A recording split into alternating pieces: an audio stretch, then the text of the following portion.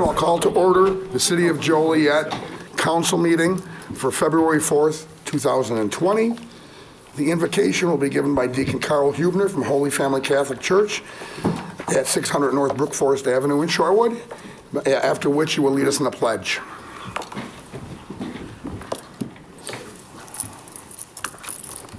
This is a reading from the Old Testament book of Lamentations.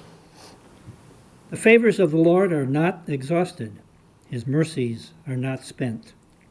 They are renewed each day. So great is his faithfulness. My portion is the Lord, says my soul. Therefore, I will hope in him. And let us pray.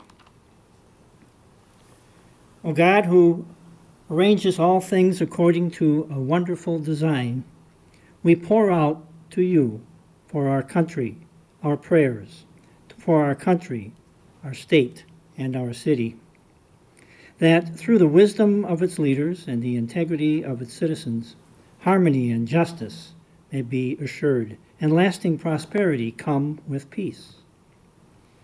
Bless those who protect us. Protect those who protect us. Our military, our firefighters, our police officers. Bless this council this evening, that they will make wise decisions based on peace, justice, and harmony throughout the city. Amen. Amen. I pledge allegiance to the flag of the United States of America and to the republic for which it stands, one nation, under God, indivisible, with liberty and justice for all.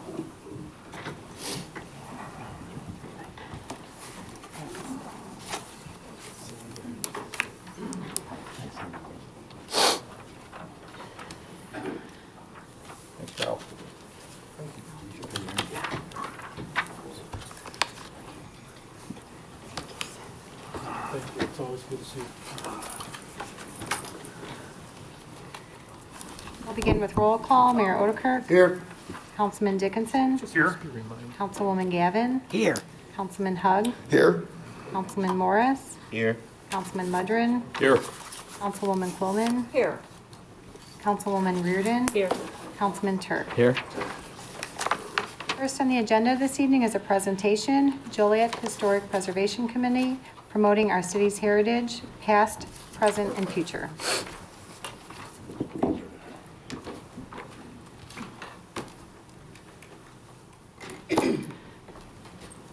Good evening, everybody. My name is Jane Bernhardt. I'm one of the city planners here at the City of Joliet. I'm also the staff liaison to the city's Historic Preservation Commission.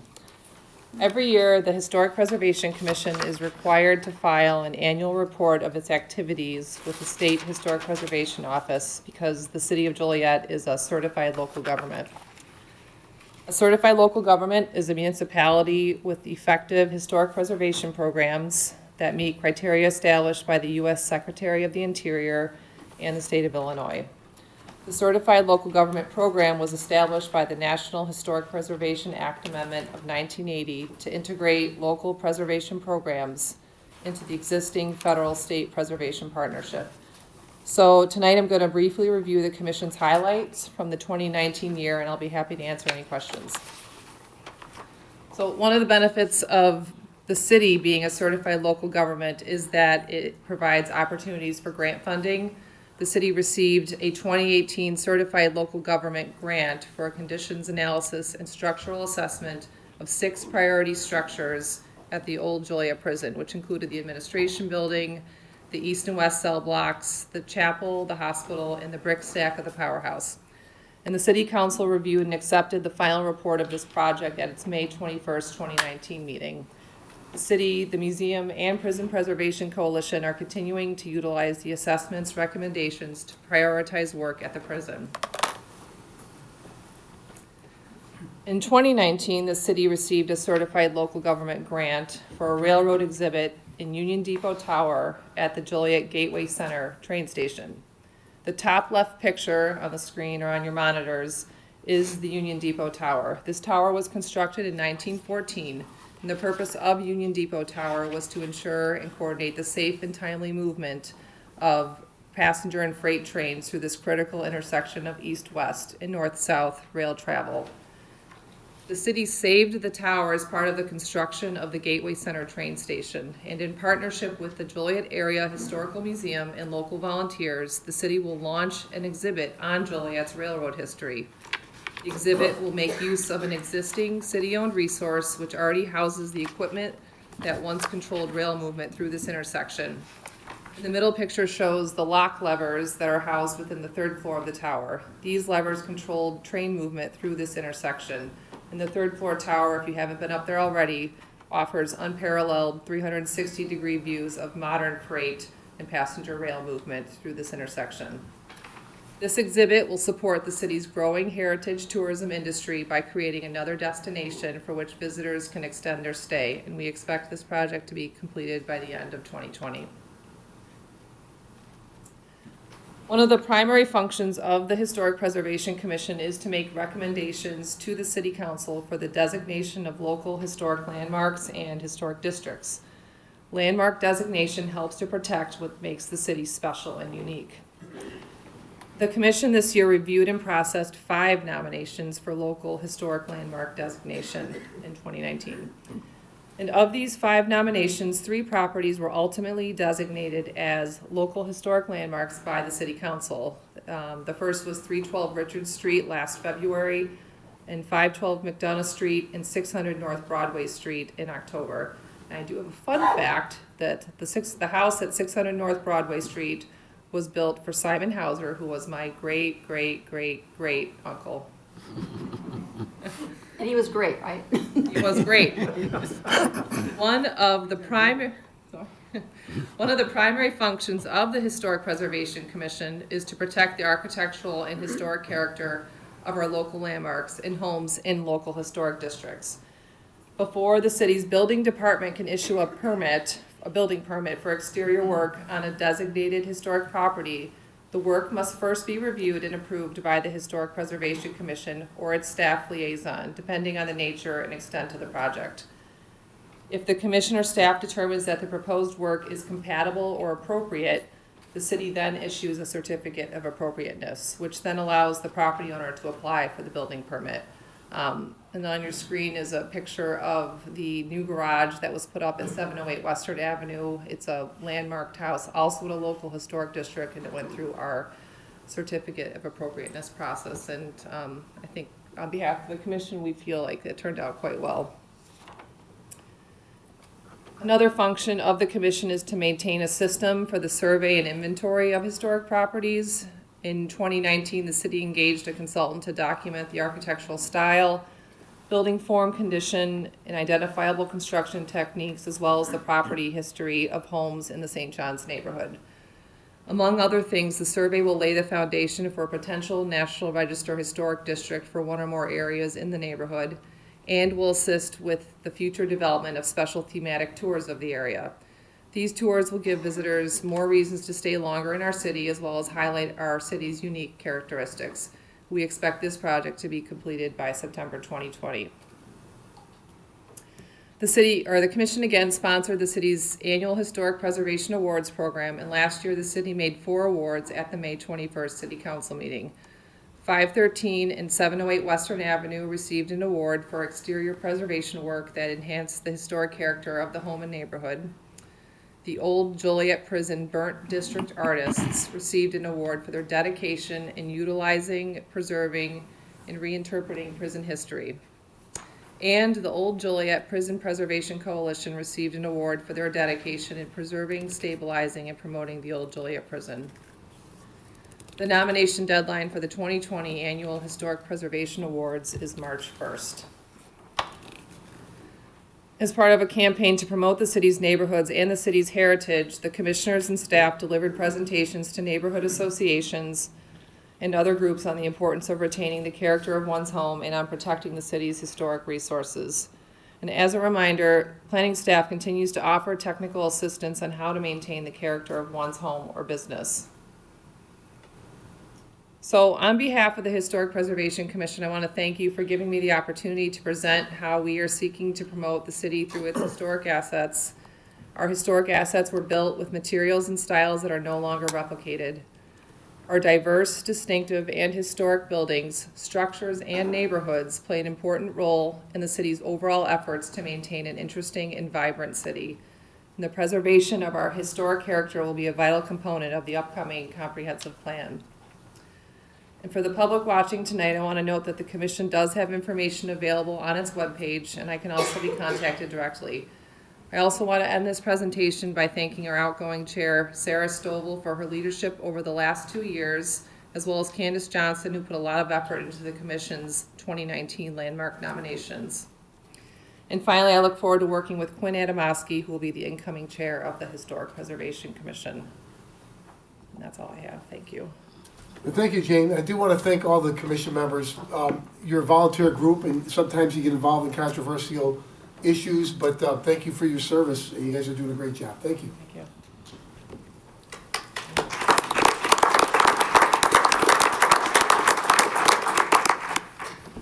Next is a proclamation honoring the Kiwanis Club for 100 years of service to the Joliet community.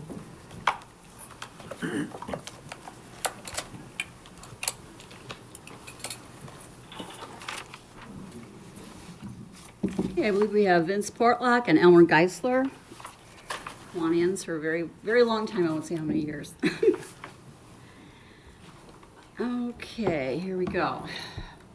Whereas the Kiwanis Club of Joliet celebrated its charter from Kiwanis International on April 2nd, 1920. For the past 100 years, the Kiwanis Club of Joliet has had a robust history of fulfilling its mission of serving the Joliet community. The Kiwanis Club of Joliet raises funds for local charities and scholarships, as well as supports numerous local community projects and organizations. The Kiwanis Club of Joliet offers a Young Children Priority 1 program, serving children by providing books and reading to students in area preschool programs, and supports the Joliet Little Libraries. The Kiwanis Club of Joliet is celebrating the occasion of its 100th anniversary, with several special events planned, including an exhibit focused on service at the Joliet Area Historical Museum, with an unveiling on February 13th, 2020 at the Chamber Business After Hours on March 26th, and at the Centennial Celebration on Saturday, May 2nd, 2020. Now, therefore, I, Robert Odekirk, Mayor of the City of Joliet, Illinois, on behalf of the Joliet City Council, do hereby extend their congratulations on the occasion of their 100th anniversary of the Kiwanis Club of Joliet, and thank the members for their continued commitment. And it's signed by Robert Odekirk, Mayor, February 4th, 2020.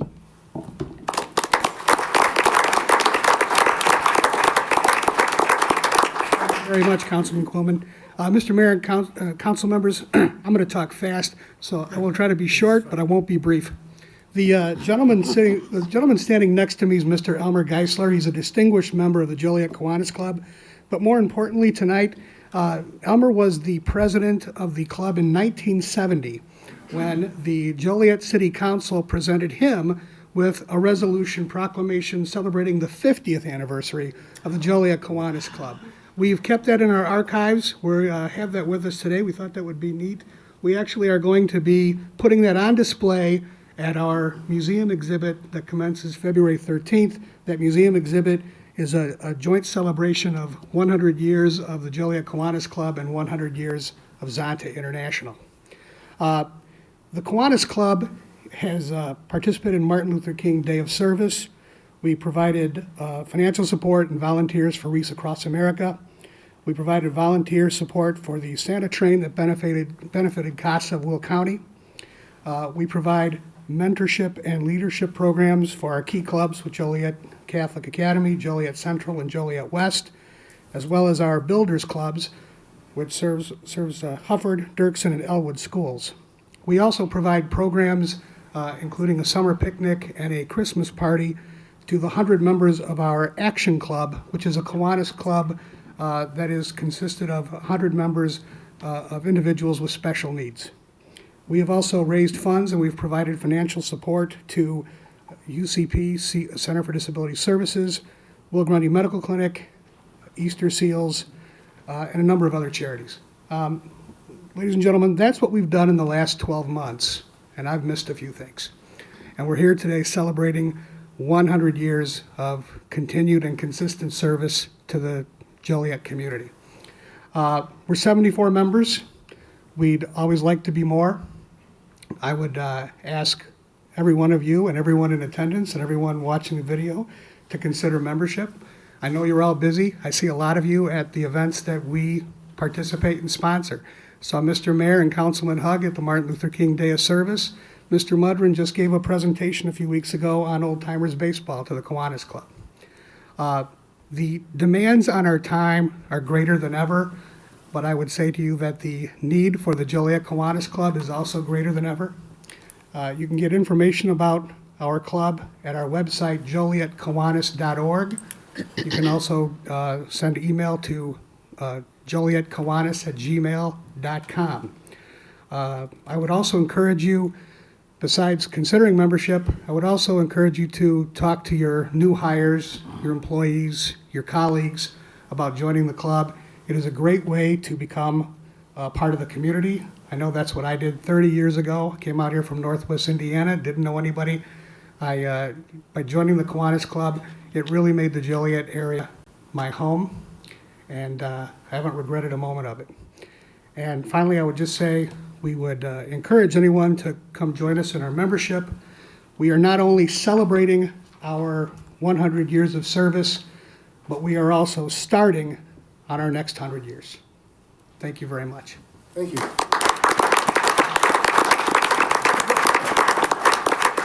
I just wanted to say that Councilwoman Jan here was in our shows for several years, along with her father one time. And I was proud to co-chair the last Kiwanis show back in 2000, wasn't it? And how many shows did we do over the years? We did 66 shows, and I'll give you a spoiler alert. There is at least one picture of Councilwoman Quillman in the museum exhibit. So that alone is worth the price of admission. You want to come out there and see it. And to think, I did this proclamation for you guys, along with the mayor. Thank you very much. Okay, you have two there, I need one. Oh, Okay. I'm stealing one. So, and there are many members from the Kiwanis. I think you should all stand up that are here.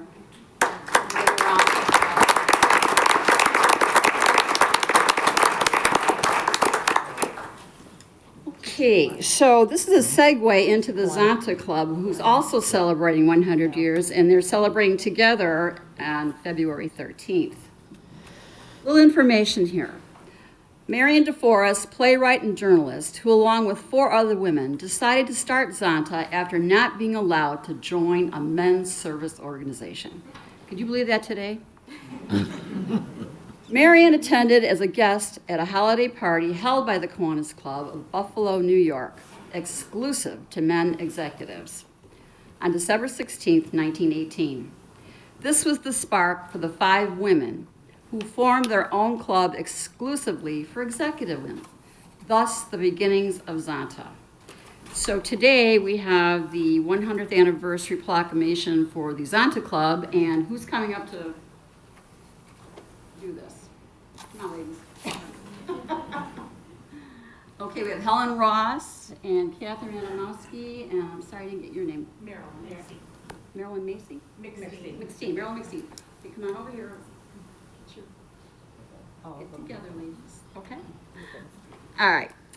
So, whereas the Zonta Club of Joliet was chartered from Zonta International on October 25th, 1973, for the past 100 years, Zonta International has had a robust history of fulfilling its mission of serving the Joliet community. The Zonta Club of Joliet raises funds for local charities and scholarships, as well as supports numerous local community projects and organizations. The Zonta Club of Joliet participates in advocacy events such as Will County's Take Back the Night, Guardian Angel Community Services, and Walk a Mile in Her Shoes.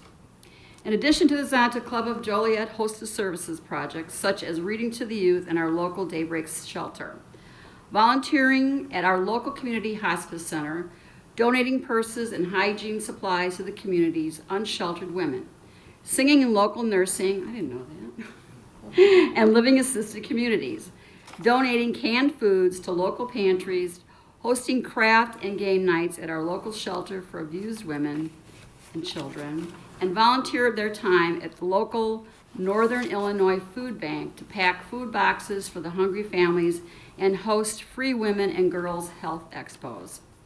Whereas Zonta Club of Joliet is celebrating the occasion of its 100th anniversary of Zonta International with an exhibit at the Joliet Area Historical Museum on February 13th, 2020.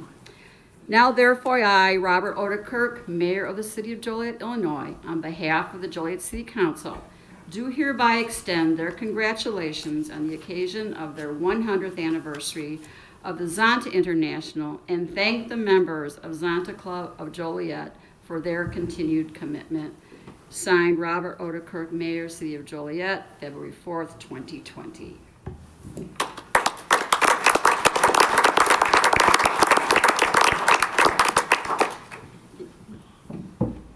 Thank you, Councilman Quillman. We really appreciate, we're so honored to be here tonight. I am Helen Hester-Ross. I am honored to be the president of the Zonta Club of Joliet area. The Zonta Club is made up of women that are passionate about service. They're passionate about service and advocacy.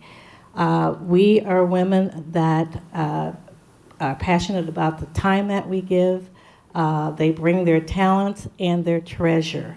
We support financially everything that we do in conjunction with the community.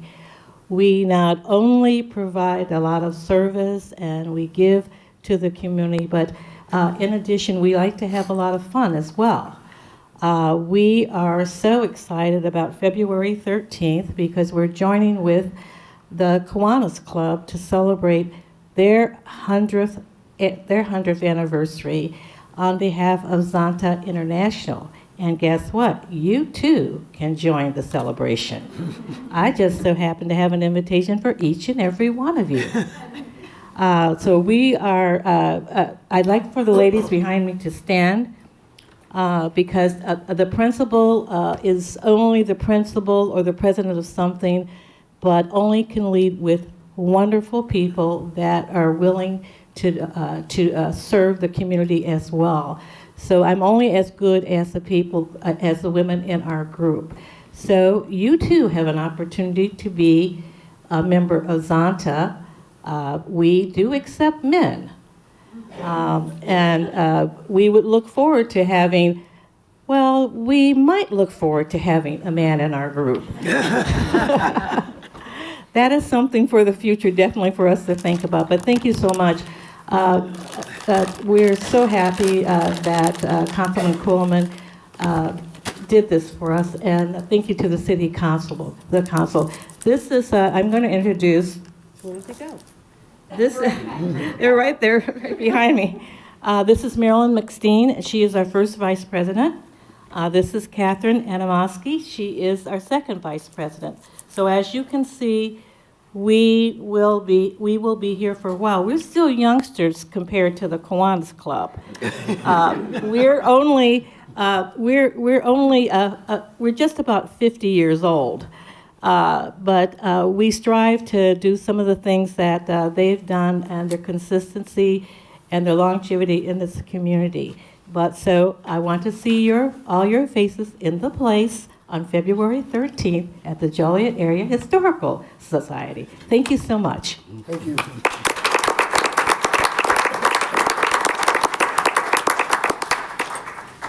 One last footnote to the end of all this.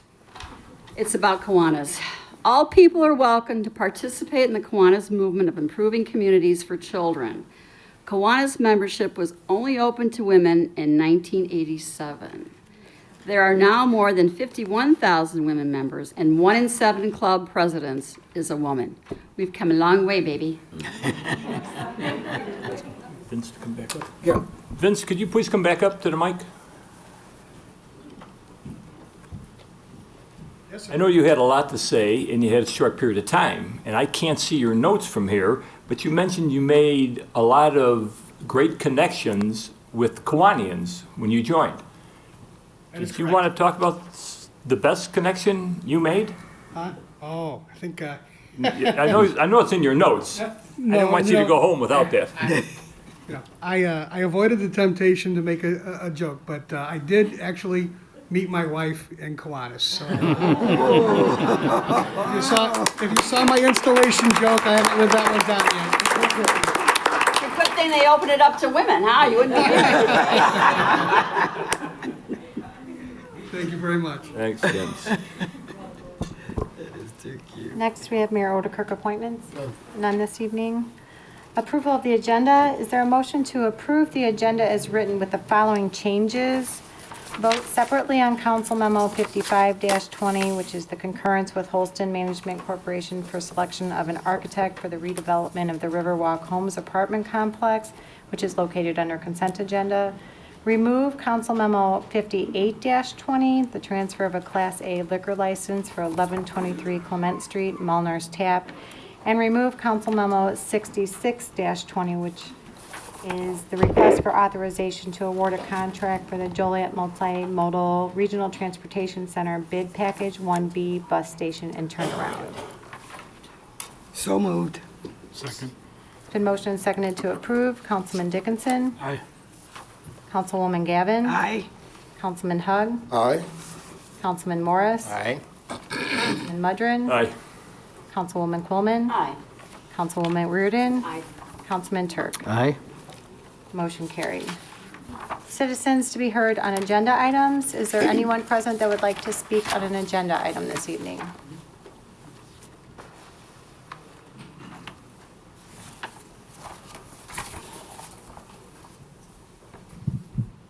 Good evening, Joliet Council members. My name is David Matnair, and I live at 197 West Lair Way in Joliet, Illinois. And I just want to, I don't know what to say or how to say it, but in the background, for your memo notes, 60-20, the last sentence in the first paragraph, the property is currently surrounded by mixed use and industrial uses. I don't know, do we have to add residential or anything like that? Because I'm a residential, I live there.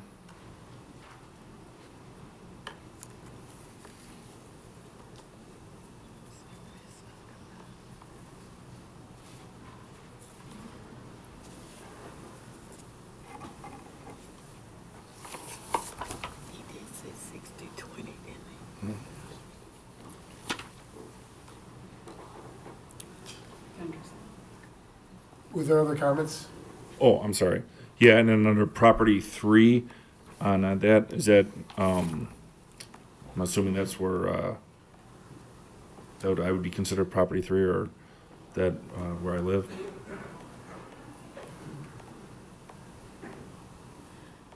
Steve, would you like to comment? Do you want to address that? Maybe Mr. Hand, I don't know which one he's talking about with number 3.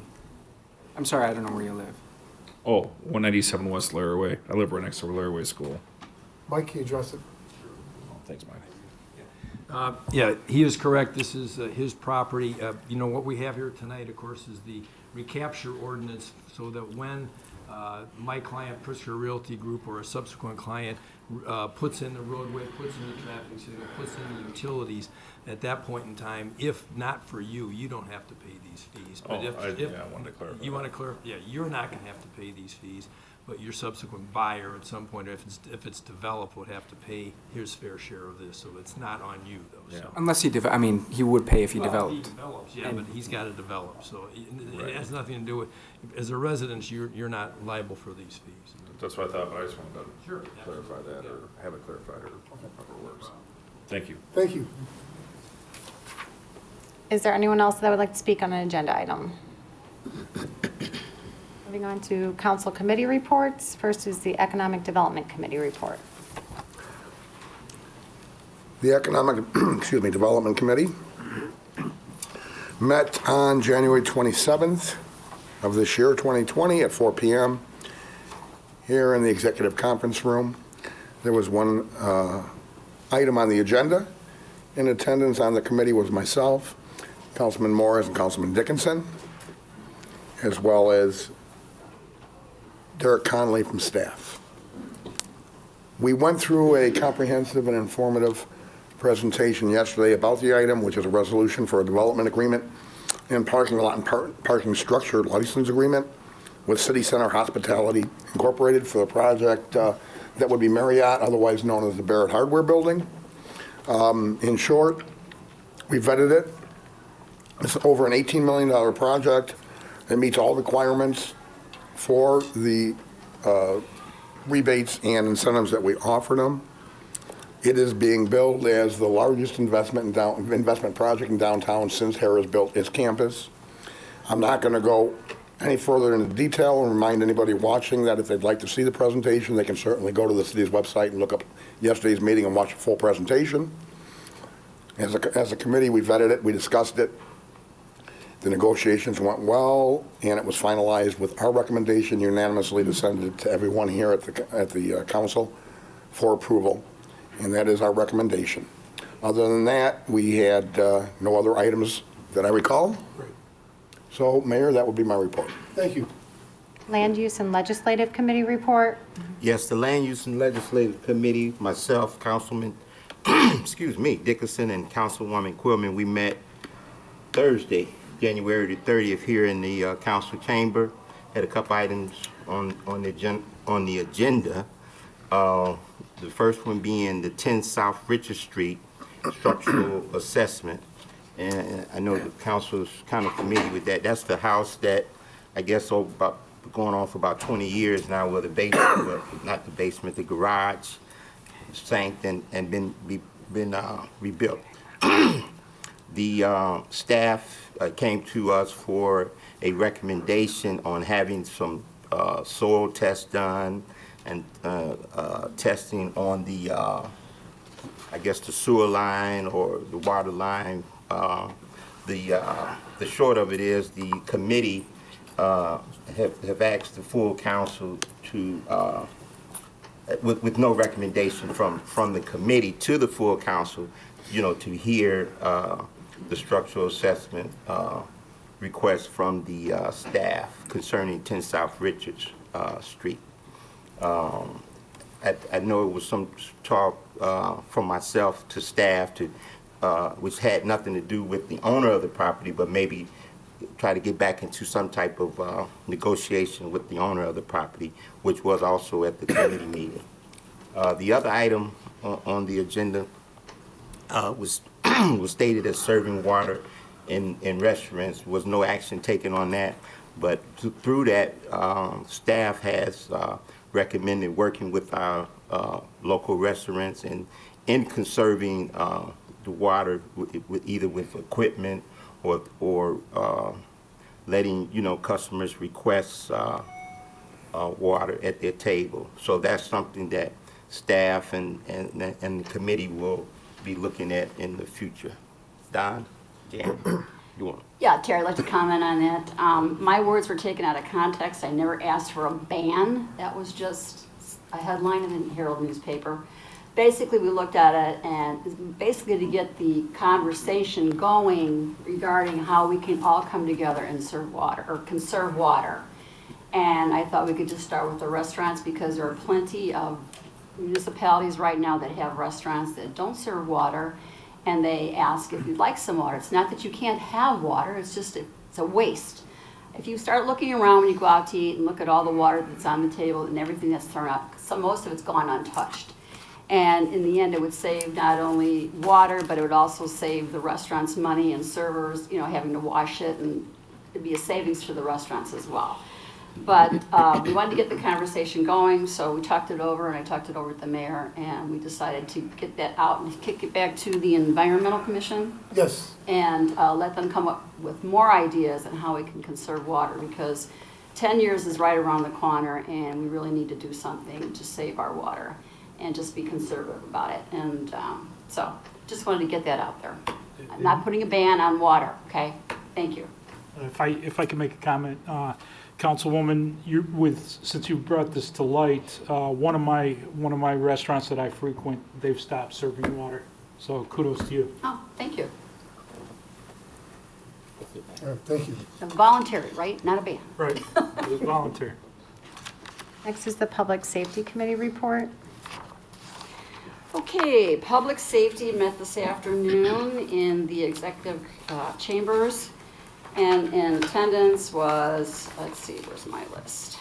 Well, I'll just try to do it from memory. Mark Reed, Mike Batis, Councilman Hugg, Councilman Dickinson were members of the committee. We also had Chief Rochner, a couple of members from the police department, and also Bob Ocon from the Herald News. Two items on the agenda. One of it was to amend the budget for the police training, and we received a letter from the Traffic and Criminal Conviction Surcharge Fund in the state of University of Illinois Urbana, and the direct tuition reimbursement program has been suspended for some time due to lack of funds. So now they're asking us, when we send someone down there for training, that we have to foot the bill with the hopefulness of being able to recoup our money when funds do come available. So the monies that they're asking for is $120,000, and we're asking for that amount because we're going to be hiring between 12 and 15 officers over the course of the year. And each recruit is $6,000 per recruit for the 14-week academy. And the committee decided that we did not want to cut back on the quality of training our police officers get. So we decided unanimously to have the budget amended at $120,000, and that will be probably coming up at the next council meeting. And the second thing on the agenda was a presentation by Chief Rochner about crime statistics. And he has a brief presentation to show the council, the same one we thought now, and the committee thought it would be a good idea to get this information out there, because with social media there's so much misinformation about our crime rate. He's going to show statistics from back in the 90s when our population is half of what it is today compared to what's going on today with 147,000 population. So Chief, take it away. Thanks. Thank you. Good evening, Mayor, City Council. I'm here to present the preliminary crime summary for 2019. The reason it's called preliminary is because we have not completed the process of reviewing all the cases for truthfulness and accuracy. If a report is found not to be accurate after review, and after review of all the follow-up investigation, it will be reclassified to the proper offense. So, in other words, the crime numbers can only go down, but they cannot go up from this point forward. Some of the things we've done in 2019 are things we've done in years past, but there's also a couple of new initiatives that we brought forward. The gang intel distribution, all of our intelligence reference to gangs, offenders, offenses, and locations are all linked together and then distributed weekly to all of our officers. This includes hotspot locations where the violent crimes are occurring.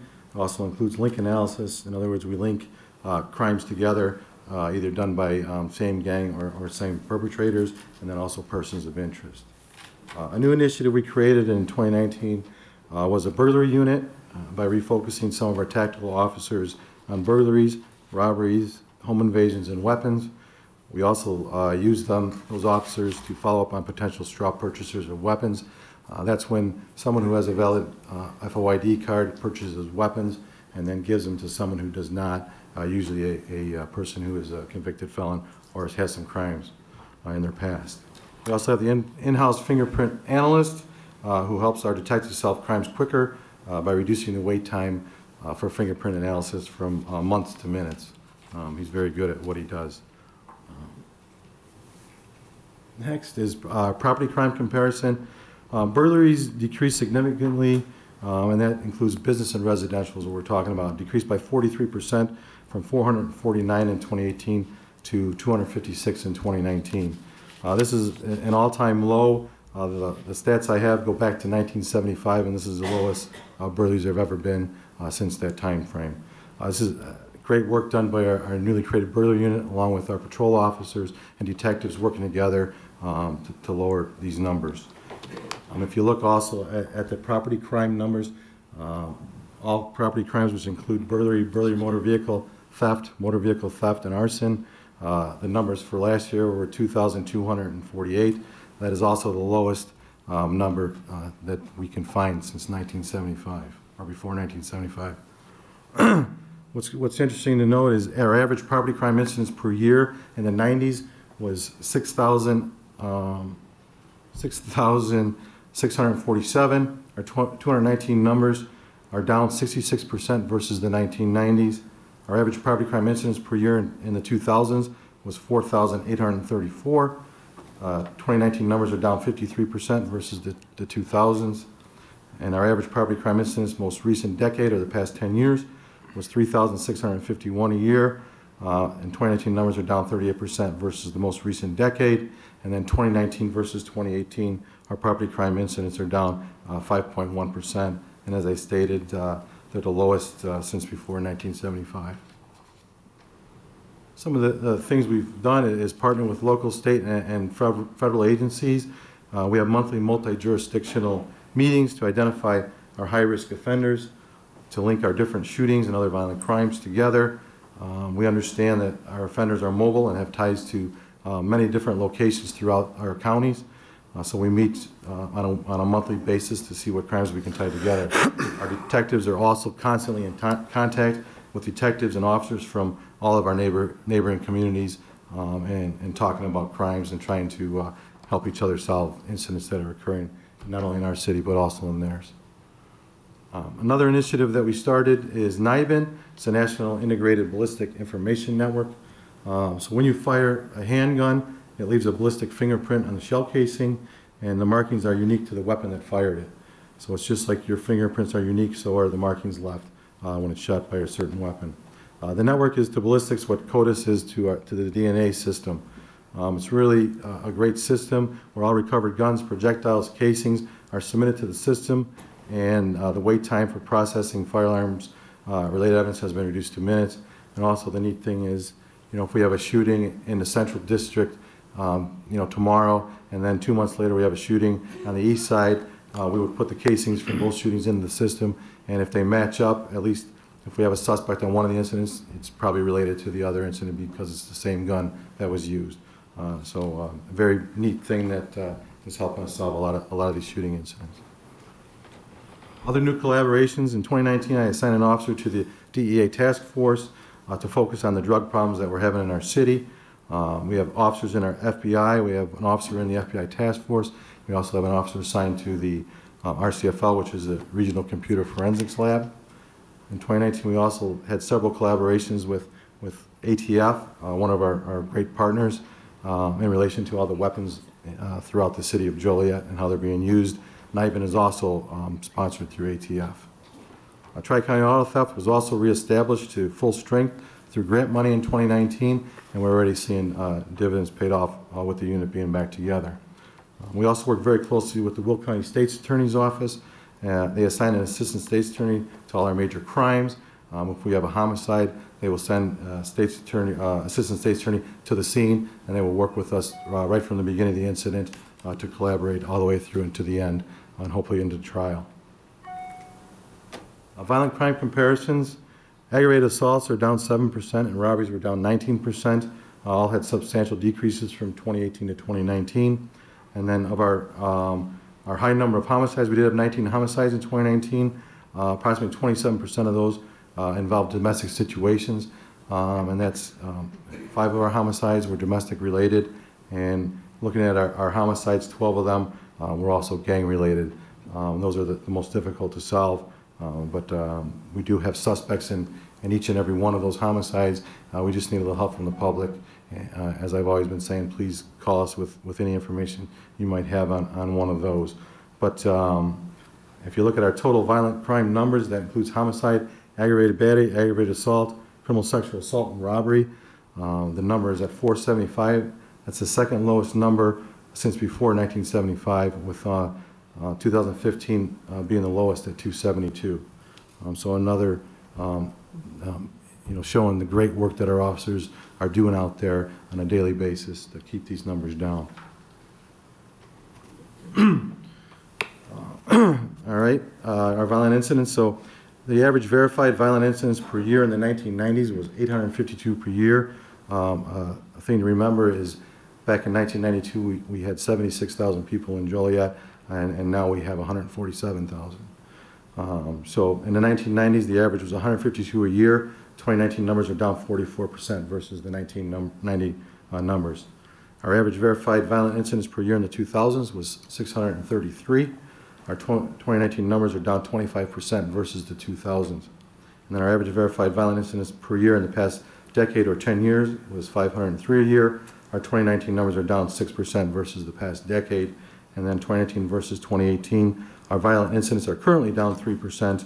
And the reason I say currently is because I talked about the reclassification. We have not reviewed all cases, so that number can only go, that percentage can only go higher at this point. As, you know, and also the second lowest, like I said, violent crime since 1975. Shooting incidents, and these were up in 2019, the shooting incidents.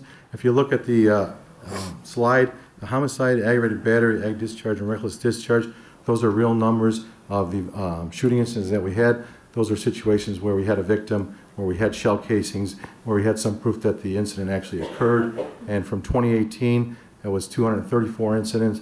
In 2019, it was 287. So there was a 22% increase in our shooting incidents throughout the city. The unique thing is with shots fired calls, which was at 328 in 2019.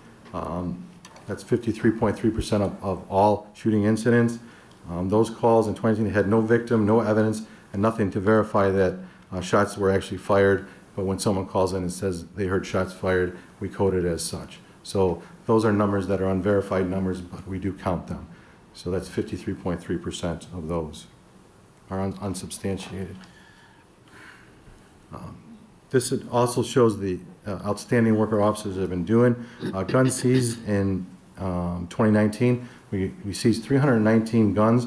That's the highest number in 12 years. It might be the highest that we, all the way many years, but we only tracked gun seizures since 2007, so that's why it says in 12 years. It's a 42% overall increase over 2018 and a 55% increase of criminal guns over 2018. We had 196 criminal guns seized off the street by our officers, so those are guns that are actually used in a crime where arrests were made, where we can tie them to an actual crime incident. The other 123 guns, we call them non-crime guns. I don't know if that's a fair title for them, because all that means is at this point we have not tied them to a crime. These are guns that are either found property, guns that are turned in, suicide guns, or void revocation weapons. So down the line they could be tied to a criminal incident. Overdoses, a lot, we've talked about this. Overdose is a national public health crisis. Opioid-related overdoses and deaths have increased not only in Joliet but across the nation, as you can see by the graph. In 2017, the United States Department of Health and Human Services declared opioid crisis a public health emergency. What can be done? Some things. The CDC, which is the Center for Disease Control, states that prevent people from starting heroin by reducing the prescription opiate misuses, which is a huge issue going on right now. Reduce heroin addiction by ensuring access to the medication assistance treatment programs, and something that we're doing as a police department, reverse heroin overdose by expanding the use of naloxone or Narcan. Our officers in 2019, several more officers were issued Narcan to be deployed out on the street, and our officers that carry Narcan saved 29 lives by using the Narcan in 2019, so it's very important. Right now we have 75 officers in our department that carry Narcan. At the moment now it is a voluntary system to carry, but we've had discussions to make it mandatory for our officers with the amount of lives that we can be saving with the Narcan usage. So in summary, we had all-time lows for robberies and burglaries. We had all-time highs for gun seizures in 2019. Our total number of violent incidents were down, and our total number of property incidents were also down. New things we did was a burglary unit, which has given us the lowest number of burglaries and robberies since before 1975, which is huge. And then a collaboration with our federal and local agencies has been big in helping with a lot of the violent crime issues we've had. Narcan use by officers has saved, like I said, 29 lives, so very important. I just want to say, the officers have done an outstanding job out there on the street, putting their lives on the line every day, and I just think it needed to be known what they've actually been doing, and I think 2020 is going to be better, too. So, thank you. Any questions that anyone might have? Yeah. With the shots, I have a couple questions. Sure. Sorry. No. With the shots fired calls, like, that includes the fireworks around July 2nd, July 3rd, July 5th. Yeah, if a call comes in of shots fired, we code it as such, so we count those as shots fired calls, unless we can verify, specifically that it was fireworks. So if we get to the scene and there's nothing to disprove it, we count it, so those are the ones. Okay, and then with the use of heroin, is that number still climbing, or is it kind of leveled off? It's been climbing. The problem is the numbers go to 2017 right now from the CDC, so new numbers will be out there. But I know in New York, the opiate overdoses have tripled their homicide rate, so I believe they're still going up. Our numbers were, just so you know, in 2017, we had 25 people that died from heroin overdose. 2018, we had 26 people that died, and in 2019, we had 33. Now, we did have a week where 7 individuals did perish with overdoses that were, the opiates were laced with fentanyl. Our officers working in our specialized units did do some great work and take down a lot of the bad drugs, so to speak, that were out there. So that might be the anomaly that's there, but it is on the rise everywhere. Now, when the drugs were laced with fentanyl, if the officers got there with the Narcan, would that have brought them back still, or? I mean, I'm not a medical person, but I don't think it would have. Okay, and then I thought this report was a great report. Would it be possible to get something like this maybe twice a year, like once? Yeah, I mean, halfway through the year? I think it's really important to do this, and I had to wait till all the numbers were compiled through the end of the year. So I definitely want to do it on a yearly basis to show where we're at, whether good or bad. To see where we can improve, and we can always improve. But I think much has been written, debated, discussed, and unfairly portrayed in the media about the lack of success as a police department we've been having in 2019. I just wanted to make sure that the real numbers were out there for people to digest and look at themselves. Right. I think if we get this report like twice a year, that would help the residents kind of. No, and another new thing too, and this is really important for the residents. We have partnered with a company, and we're going to have real-time crime reporting on our website. So you'll be able to go to our website and see all the numbers and all the shootings and everything. It'll be real-time for everyone to see. So that's in the works and should be available pretty soon. So that's really important too. It gets the information out to the public. Right. No, it's a great report, and thank you. Thank you. Mayor? Thanks, Chief. Thank you, Chief. Chief, thanks for the excellent report. It's a great report. One question on the incidents with the motor vehicles. Was that vehicle stolen, or was that vehicles going through and the contents? It depends on the number. The burglary motor vehicles are break-ins to vehicles, and then motor vehicle theft is when a vehicle is actually stolen. Okay, and then from attending some neighborhood meetings, I think there's a large percentage of those vehicles are unlocked when there are. Yeah, we've looking through reports. It's like 96% of our vehicle burglaries are because doors are left unlocked. What we found is no one wants to bring attention to themselves by breaking a window, so they'll just walk the neighborhoods, and try doors on vehicles till they find one open, and then do the burglaries in there. Another new program that was started last year, and I didn't speak of, was with the Ring doorbells and stuff, the portal, which has helped a lot too as far as burglaries go and solving them. Okay, and then the Narcan. Do you know if does the officer or paramedic have to get to the individual within a certain amount of time for that stuff to? Sure. To yeah, reverse I believe so. It is within a certain amount of time. The sooner the better. So yeah, always the sooner the better. Right. Thank you. Yep. Thank you. All right. Thank you. Thank you. Thanks, Chief. And any other questions from the committee? No. I did forget to mention that our city manager interim, Steve Jones, was also in attendance at the meeting. Otherwise, we're done. Thank you. Public Service Committee report. The Public Service Committee met yesterday at 4:30 in the afternoon here in the Council Executive Conference Room. On the committee and in attendance was myself, Councilwoman Gavin, and Councilman Morris. Director of Public Works, Jim Trisna, and several members of his staff were there. Director of Public Utilities, Allison Swisher, and members of her staff were there. And City Manager Steve Jones was in attendance. For the most part, it was a routine agenda. discussing and vetting purchases and contracts such as purchasing anti-icing and de-icing fluids. Those are used when you folks see those little wet stripes on the street right before we're supposed to get snow or ice. That's the de-icer we're using. I will point out that the second item on the contract was removed, and that was a request for authorization by Board of Contract for the Joliet Multimodal Regional Transportation Center, the new train station, and that was by request of Metro. And we did discuss that yesterday. I think the city manager brought it up. Rest of the items on the contracts were, for the most part, as I said, routine. As an example, we had to do a replacement pump for the St. Jude pump station. So I came to the conclusion that our patron saint stopped protecting that pump, as we were not able to repair it and had to actually replace it. So then we had several change orders, pay estimates, and final payments. Nothing under there would stand out. Again, routine items. We did go through all of them. The only item I might mention is the approval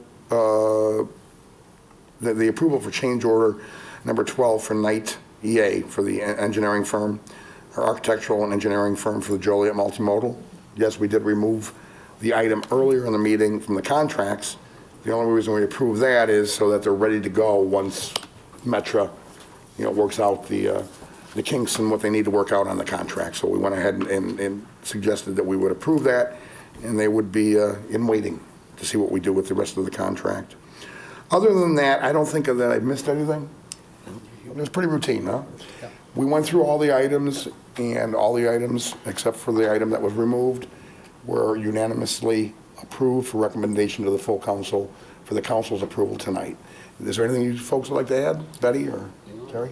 I think you covered pretty much everything there. That was good. We got a lot of things back, money back on our change orders. And oh, yes, we did. I love that. Yes. I love that when we get money Councilwoman's back. favorite word is net deduction. Yes. And we had several net deductions. Yes. And Mayor, that would be my exciting report, please. No standing ovations. I know it was exciting. And that's the conclusion of my report. Yeah, I have a question. Have you gotten the list of the vehicles that are going to be purchased with the 4 cents gas tax raise? No, it's not been brought up yet at all. Have you discussed it at your committee? No, we have not. When are we going to have that? We have the list that was originally produced prior to the budget. I've asked for a funding plan, not only taking the list, but applying it to life cycle, applying it to the bond issue, identifying priorities, et cetera. So that's in development at the staff level. So it was a 4 cents gas tax increase, and you told 3 the cents. council we were going to do an $18 million bond. Is that correct? That's not correct. There's not going to be a bond?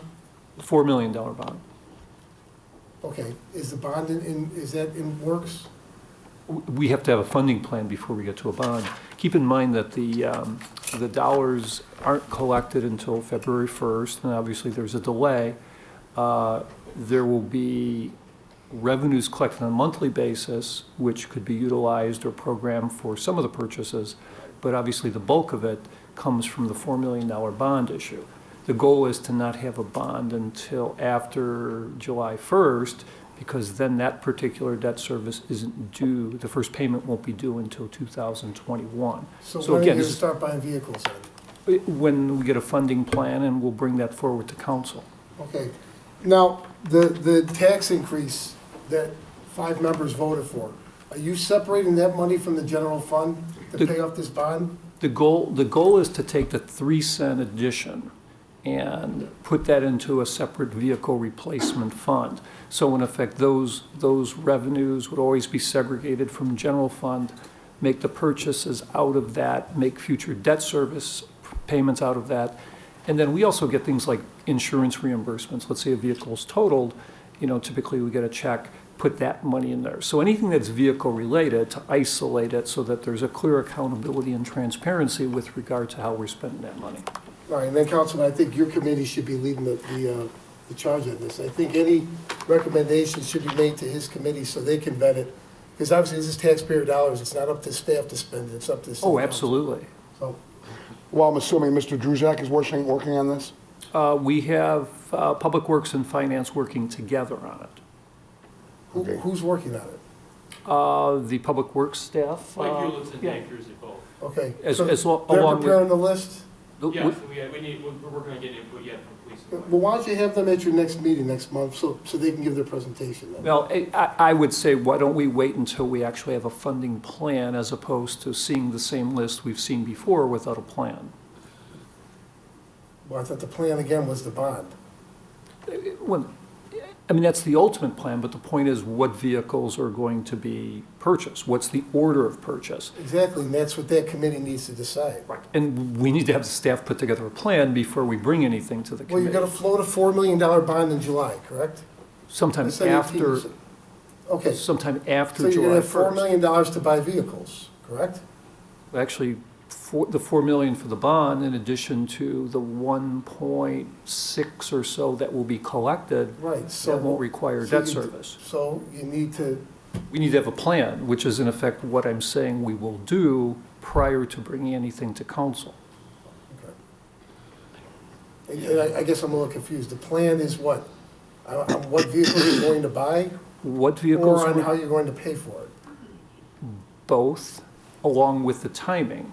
I mean, there are timing elements here because a bond issue covers, the bond repayment has to occur based on the life expectancy of a vehicle. For instance, you couldn't do a 10-year bond issue for a patrol vehicle, but you could do it for a large public works vehicle, a piece of fire apparatus, et cetera. So we haven't drilled down to that level yet. We need to put together a funding plan before we invest any time with council or have the council looking at lists, which you've already seen. So why would you recommend a 3-cent increase if you haven't drilled down and you don't know what the numbers are? It doesn't make any sense. We know that there are $16 million of total funding needs. We're trying to figure out how the first year of the budget is spent. And the number is 3 cents. So The gas you can tax, estimate how much is going to come in. the And you can increase, estimate what the bond payments are going to be, right? correct. Okay, so, am I missing something? I Yes. think you have all the information. Yes. What am I missing?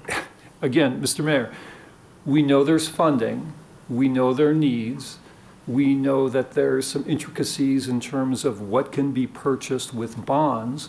We need to establish what are the priorities, what is the order of purchase, which vehicles are going to basically die on the street any minute, which vehicles take 9 months between the time you order them and the time they're delivered. That's called the plan.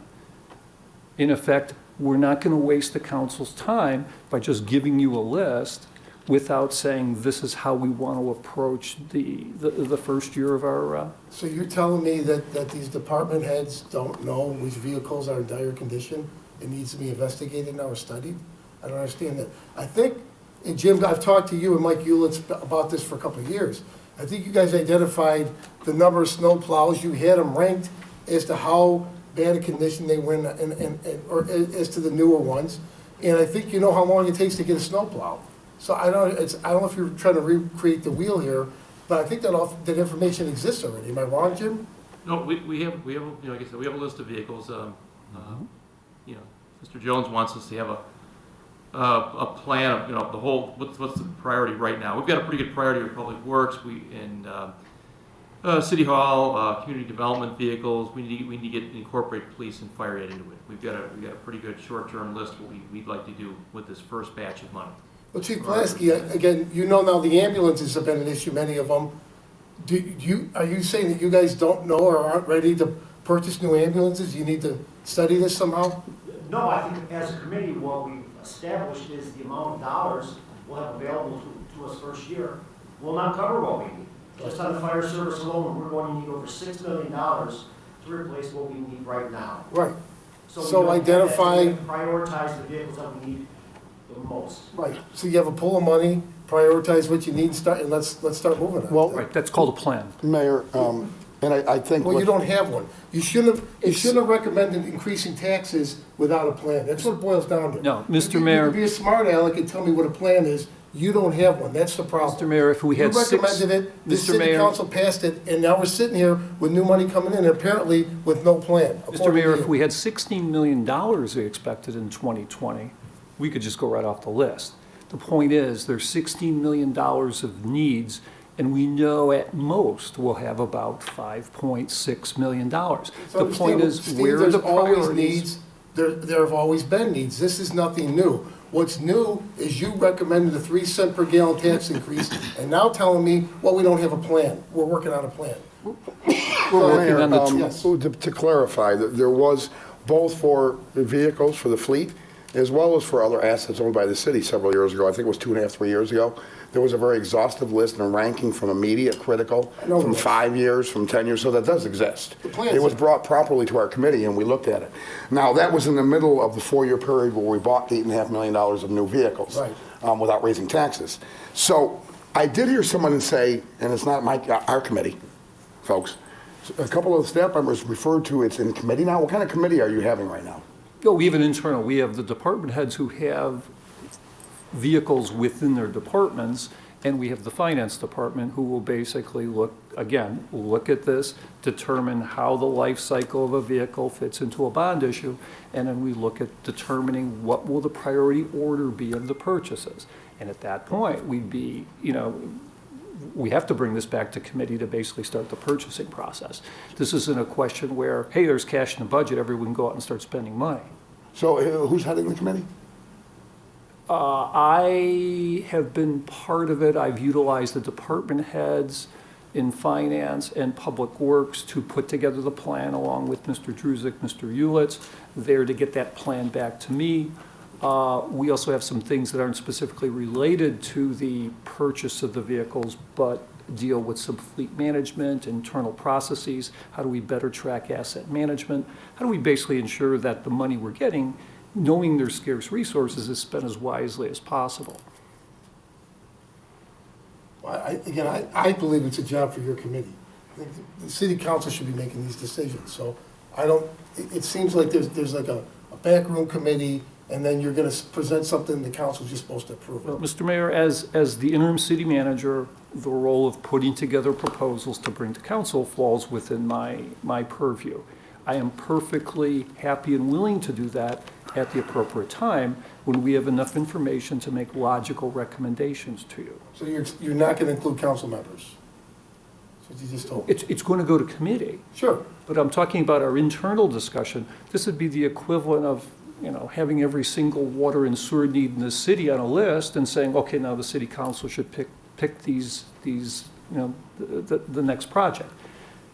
That's not how we do business here. We do business by bringing logical recommendations to council based upon data analysis and some study.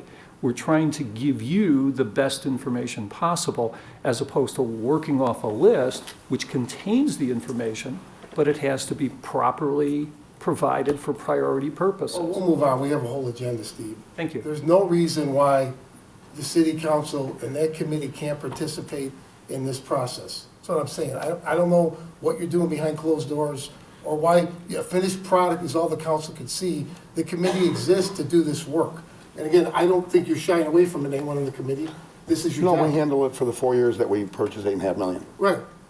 With recommendations from staff. Right, but the city council wasn't rubber stamped, they were part of the process. And you'll get a recommendation from staff to do And Mayor, I that. think the confusion as I was listening to the conversation and exchange between yourself and the city manager, and Steve, you kept referring several times, and maybe you misspoke, you kept saying, well, we're working on a funding plan. Your funding plan is the 3 cents tax. Right. You have a funding plan. You're working on a purchase plan.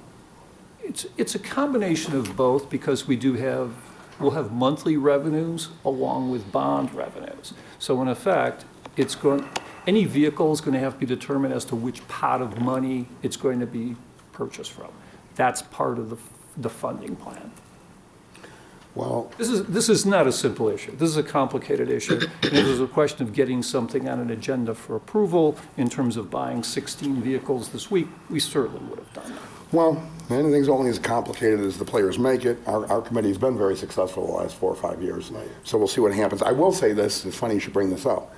I got gas at the Thorntons by my house over on Essington, and it was $2.28. And it dawned on me, it would have been $2.02 without the taxes. Right. So let's get some cars fast. We're paying a lot of money. Yes.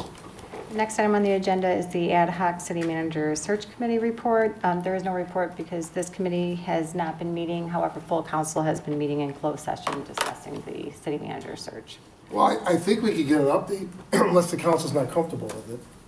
Oh, give the update. So we met last week, we did the interviews for the final 3 candidates. I thought we would pick the new city manager at that meeting. Some council members said they wanted time to think about it over the weekend. So yesterday after the meeting, we went in executive session.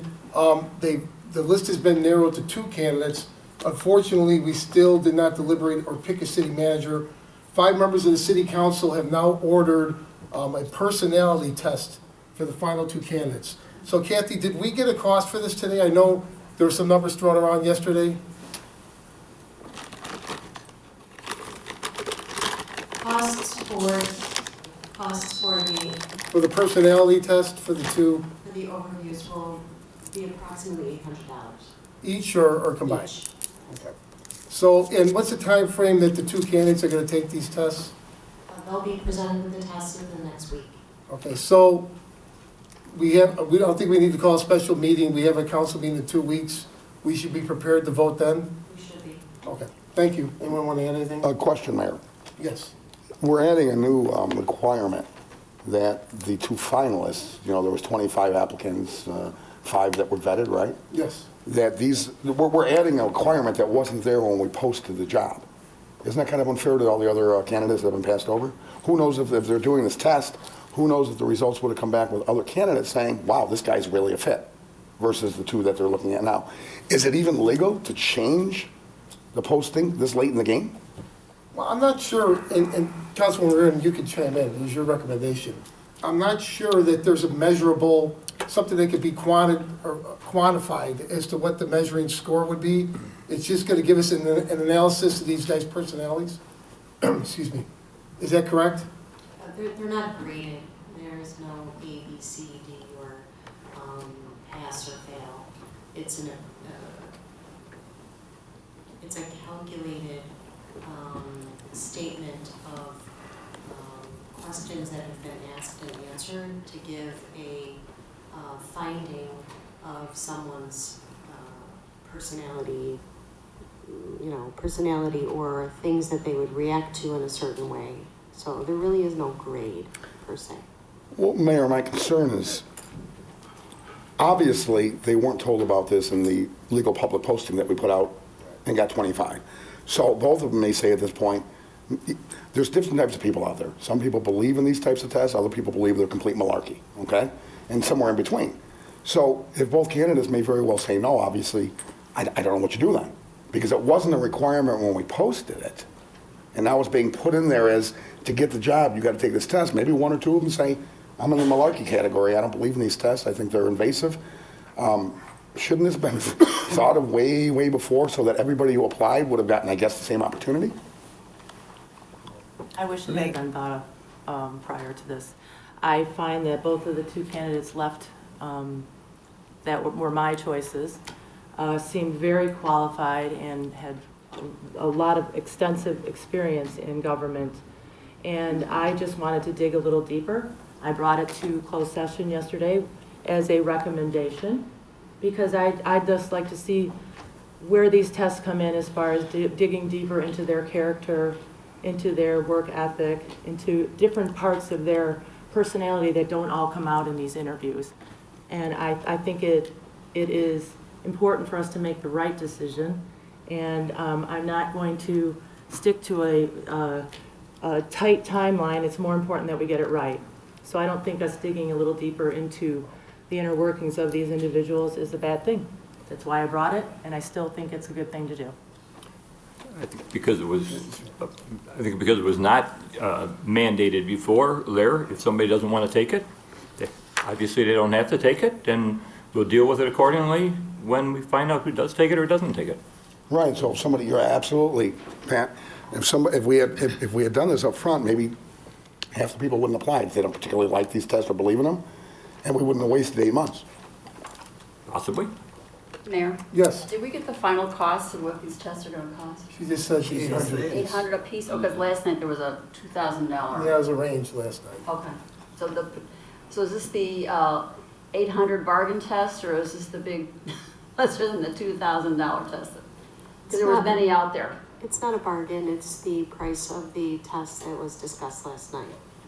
Well, you said there were many tests out there, though. So how do we choose which test they're gonna give? That was the direction that I received from the council last night for a particular test.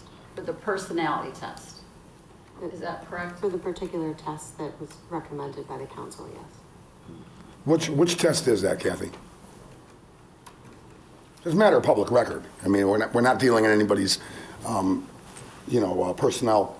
Yeah, the particular name of it escapes me at the moment, but there is a particular test that was discussed last night that was agreed to. I apologize. I was there, but I didn't hear. Did anyone identify what trait we're looking for? Did I miss that? No? I don't think you missed it. Okay, I guess I didn't miss it. Okay. I got a quick question, and this may not be, so as Larry said, since they didn't know going in that this was gonna be a part of their selection, so say the one that we don't select, this, I guess, legal question, would he have any to say, well, hey, you all didn't tell us this in the first, so I didn't get the job because I didn't do well on this test? Because I didn't, like Larry said, I wouldn't have applied if, I'm just saying, with not knowing going in. I mean, I don't have a problem with them taking the test at all. I'm just trying to keep the city from any, if it would be any, legal issue with the one that doesn't get the job. Marty, Mike Hanson, somebody. Short answer is it depends. I mean, you can do a test that's legal, and you can also do a test that's illegal. For example, an illegal one, what is your race? Of course, you can't ask that question. Okay. So it all depends on what the test is, and I'd have to look into it. Okay, but I'm saying that the candidate that doesn't get the job, he wouldn't be able to come back and say, I didn't know this going into this. You all didn't tell me from the beginning that I had to take this test, so I have an issue, and go to court or something. And I know anybody can probably go to court and sue, but I'm just saying. So it all depends on how it's applied. Well, how should it be applied? So Well, that's I get it. I'd have to look into it, knowing the name of the test, that kind of stuff. Okay. Well, we need the name. I would like to know the name of the test, too. I think the public would like to know, too, because, people like to research their own things. So, it just seems unfair because, like I said, I guess the most important question, for those that have chosen or decided that these two are certainly the finalists, right? And now we have this curveball, about some kind of personality test. Is this going to possibly lead to you rejecting both of your final candidates? Or is it going to help you decide between the two? I don't know at this point, Larry. Okay. I feel like if candidate A has a bad sense of humor and candidate B doesn't like pets, what are we looking for? I don't know. I don't know the name of the test. Y'all are making this thing. Now, my other question is, it's kind of unfair to those that applied, especially for finalists, because I think at least one of the finalists had to invest in airfare from one coast to the other, and the other one, I don't know how he came from his. It just seems like this is a heck of a, it seems like it's moving a goalpost, and it's really frustrating for me, to be honest. The test will be taken from their own computer at home. They won't have to fly here for the test. No, Councilman, I'm talking about maybe if they were told up front they would have to go through this, which some people consider hoodoo voodoo, and some people don't. One or both of these candidates may have said, oh, well, that city's using this test, whatever the name is. I don't want to apply. I'm not flying out there 2-3 times to apply because I don't believe in it. I want no part of it. We didn't give them that option, did we? Oh, wait a minute. How do we know they're taking the test? They might have somebody else take it. I mean, seriously. Find the nicest guy you know and have him take the test. Really? I mean, Well, that's ridiculous. I don't think you can guarantee anything. I mean, right now, there's all kinds of college people out there taking tests and classes online. No, I'm just relating it to. Manager here. We need to Jan, if I could choose the right finish. person. Well, it's not about college. No, it's about Go ahead, cheating. Mike, It's you got about the floor. cheating. Ken, you Okay? should know about it. And there are, no, I don't cheat, Jan. But there's a lot of colleges now that offer online classes. they don't know who's taking those classes and tests. It could be, you're just cheating yourself if you're not, So what if is you're the not being point honest. of even giving the test if you don't know who's taking it? Well, I think it was stated last night, any corporate executive, a lot of them use this, and this is an awful big corporation, if not a corporation per se, but it's, we think we want to know how people react in a certain situation. I can say one thing that's, yeah. You know, if you wanna take I'm the sorry, test. I agree with it, so. I don't think it's gonna tell you how someone would react in this Okay. situation. but- I've never seen one. But, the comment was made about we're not going to stick to a tight timeline. And obviously, I think you know what I'm gonna say. That flies in the face of how we got here. Marty Shanahan was removed last May, and the public excuse that was given was because this process wasn't moving fast enough. So here we are in February, and now we're doing personality tests and still not making decisions. So that's where my frustration lies, and I think others on the council. I think there's people who aren't being consistent. Mayor? Yes. Mike, I agree. You know, if you have a young adult in college and they do cheat from home on their test, they're cheating themselves. If this were to happen here, they're not cheating themselves. They're getting a heck of a payoff at $215,000. They're cheating us, the residents, and our tax dollars. Well, and I don't mean to say that the vast amount of college students are cheating, but I think most of them are on the up and up, and they take the test because they got to produce once they get out. And I would think individuals who take this test are professional enough that they're going to take the test based on what they feel the test asks, my opinion. So is it fair to represent that we'll go into executive session next meeting and make a selection, and then tender a contract offer to whoever we select? If we have the test results. Yeah, if there's Okay. the test results. Yeah. And Kathy, you're saying we'll have the test results? Just as a reminder, this is not a test. It's a overview of someone's personality and or other attributes that they bring. But the expectation is that we will have those results in plenty of time to discuss at the next meeting. Thank you. One more thing, and Kathy, could you email all of us the name of the test? You know, I apologize if it was explicitly mentioned, the exact name of the test in the company last night and I missed it, so can you email that to us and maybe get it to the media so people can know what we're doing? It's about transparency and clarity on this issue. Of course. Thank you. Yes. Can I make one comment about public? I don't think you want the public or the media knowing what this test is until it's taken, because if you still have several candidates who have not yet taken the test, I mean, certainly there's a point at where they need to know what the test is. I don't think you want to give anyone advance warning, just, could lead to some validity issues. Obviously, if I know a particular test is going to be given to me, can I go out there and buy the test and take the test and, study up for it? Remember, it's not a test. I'm using Kathy, the same. It's not a test. But It's I'm an using inventory. It's a human inventory that is then, once you give your answers, then, it would be what? Analyzed, right? According to your answer. So there is no way to study for the test, Steve. Well, I've taken some of these profiles in my career as part of city manager recruitments. And if there's familiarity, you know exactly what it is, you have the ability to do some research. So all I would say is that certainly after the fact, it's certainly valid to let everybody know what was used. I don't think you Well, if want we had a candidate, Steve, that actually did that research, it's pretty impressive. It's a smart person. I misspoke earlier, and I called it a test, so I apologize. We all. Thank you. Yeah, just to clarify, I didn't mean to accuse Councilman Turk of cheating, so take that back. Moving on to consent agenda, approval of the minutes. It's recommended the minutes of the council meeting held on January 21st, 2020 stand approved as recorded.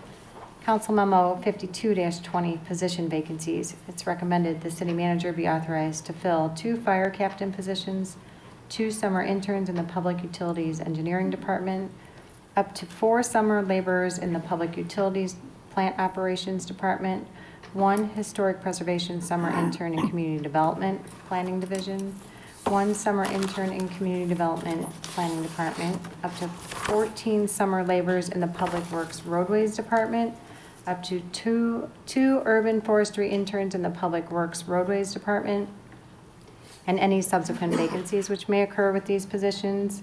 Council Memo 53-20, regular payroll for November 22nd through December 5th, 2019, $3,653,942.82.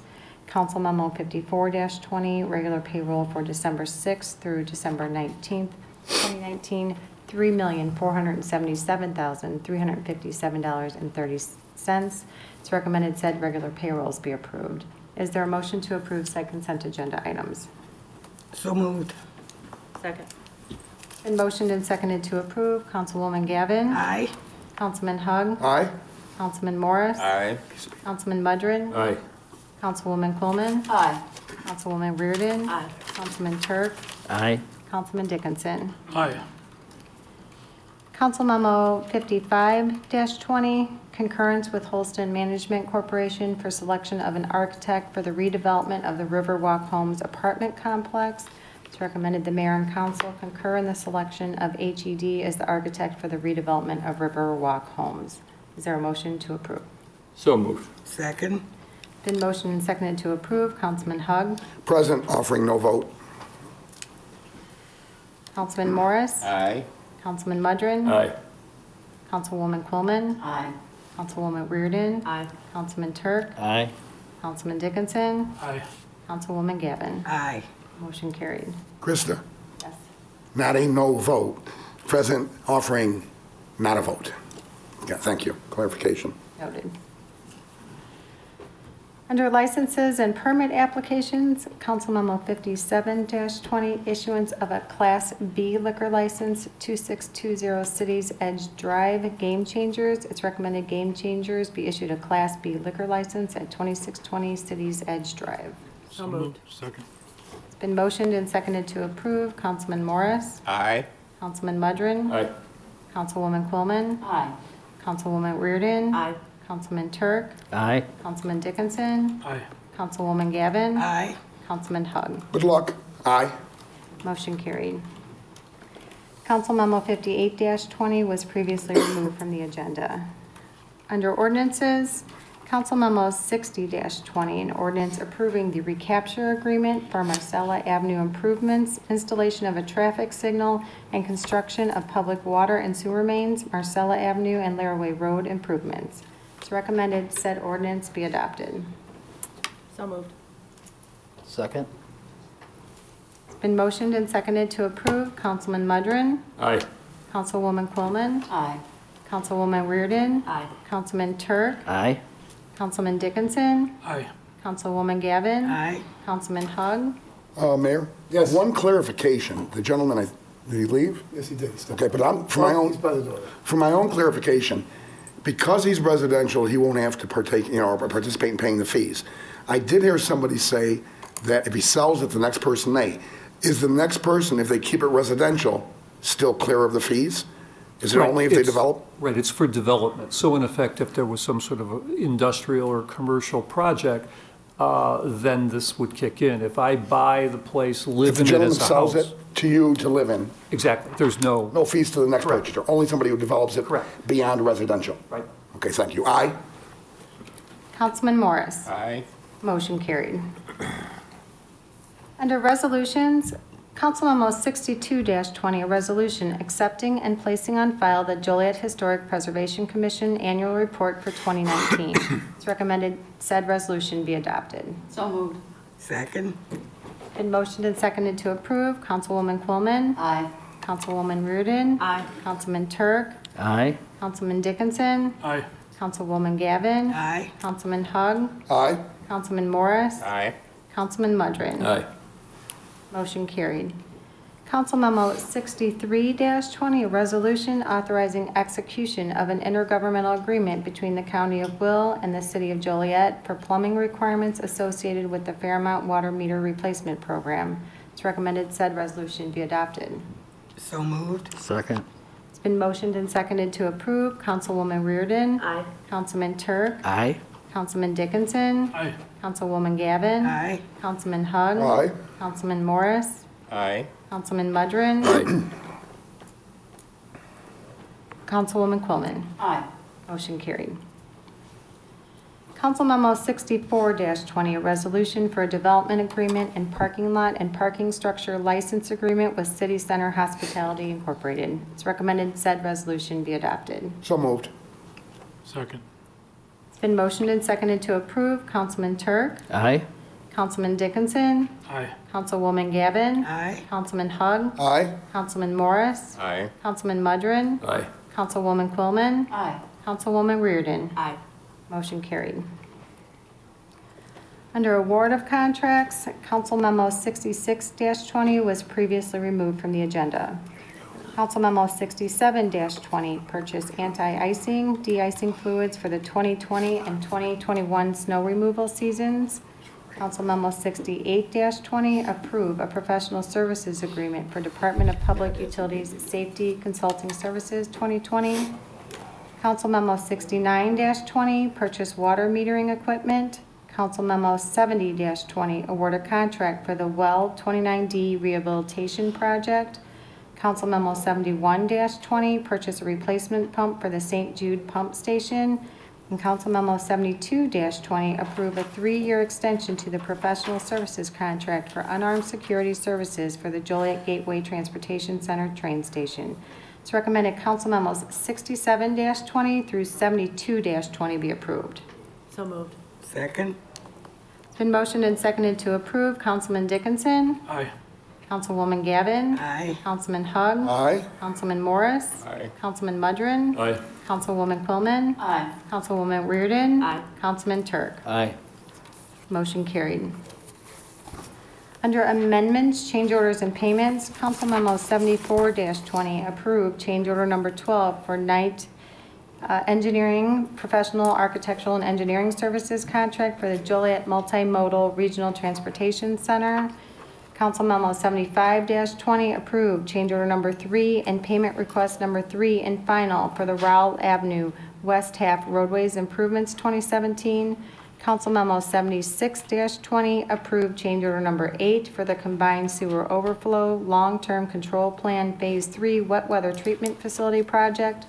Council Memo 77-20, approved change order number 1 for the City of Joliet Vaulted Sidewalk Replacement Project. Council Memo 78-20, approved change order number 1 and payment estimate number 5 and final for the Mary Crest Phase 4A Water Main Improvement Project. Council Memo 79-20, approved change order number 1 and payment estimate number 7 and final for the Mary Crest Phase 4B Water Main Improvement Project. Council Memo 80-20, approved change order number 1 and payment estimate number 7 and final for the Krings Acres Water Main Improvement Project. And Council Memo 81-20, approved change order number 1 and payment estimate number 6 and final for the Garnsey Park Phase 1B Water Main Improvement Project. It's recommended Council Memos 74-20 through 81-20 be approved. So moved. Second. Been motioned and seconded to approve. Councilwoman Gavin. Aye. Councilman Hug. Aye. Councilman Morris. Aye. Councilman Mudrin. Aye. Councilwoman Quillman. Aye. Councilwoman Reardon. Aye. Councilman Turk. Aye. Councilman Dickinson. Aye. Motion carried. Next is the city manager's report. Thank you. One quick item. Give everyone an update as to the status of the North Point application that's been submitted to the city. I think you all know that originally the application that was provided to us had the expectation of making its way to the February 20th Plan Commission meeting. Because of the fact that the development agreement, really the heart and the meat of the petition, wasn't received until a few days before the filing date, we held off on that. And there is a special meeting that has been noticed for February 24th, 4 p.m. here at City Hall.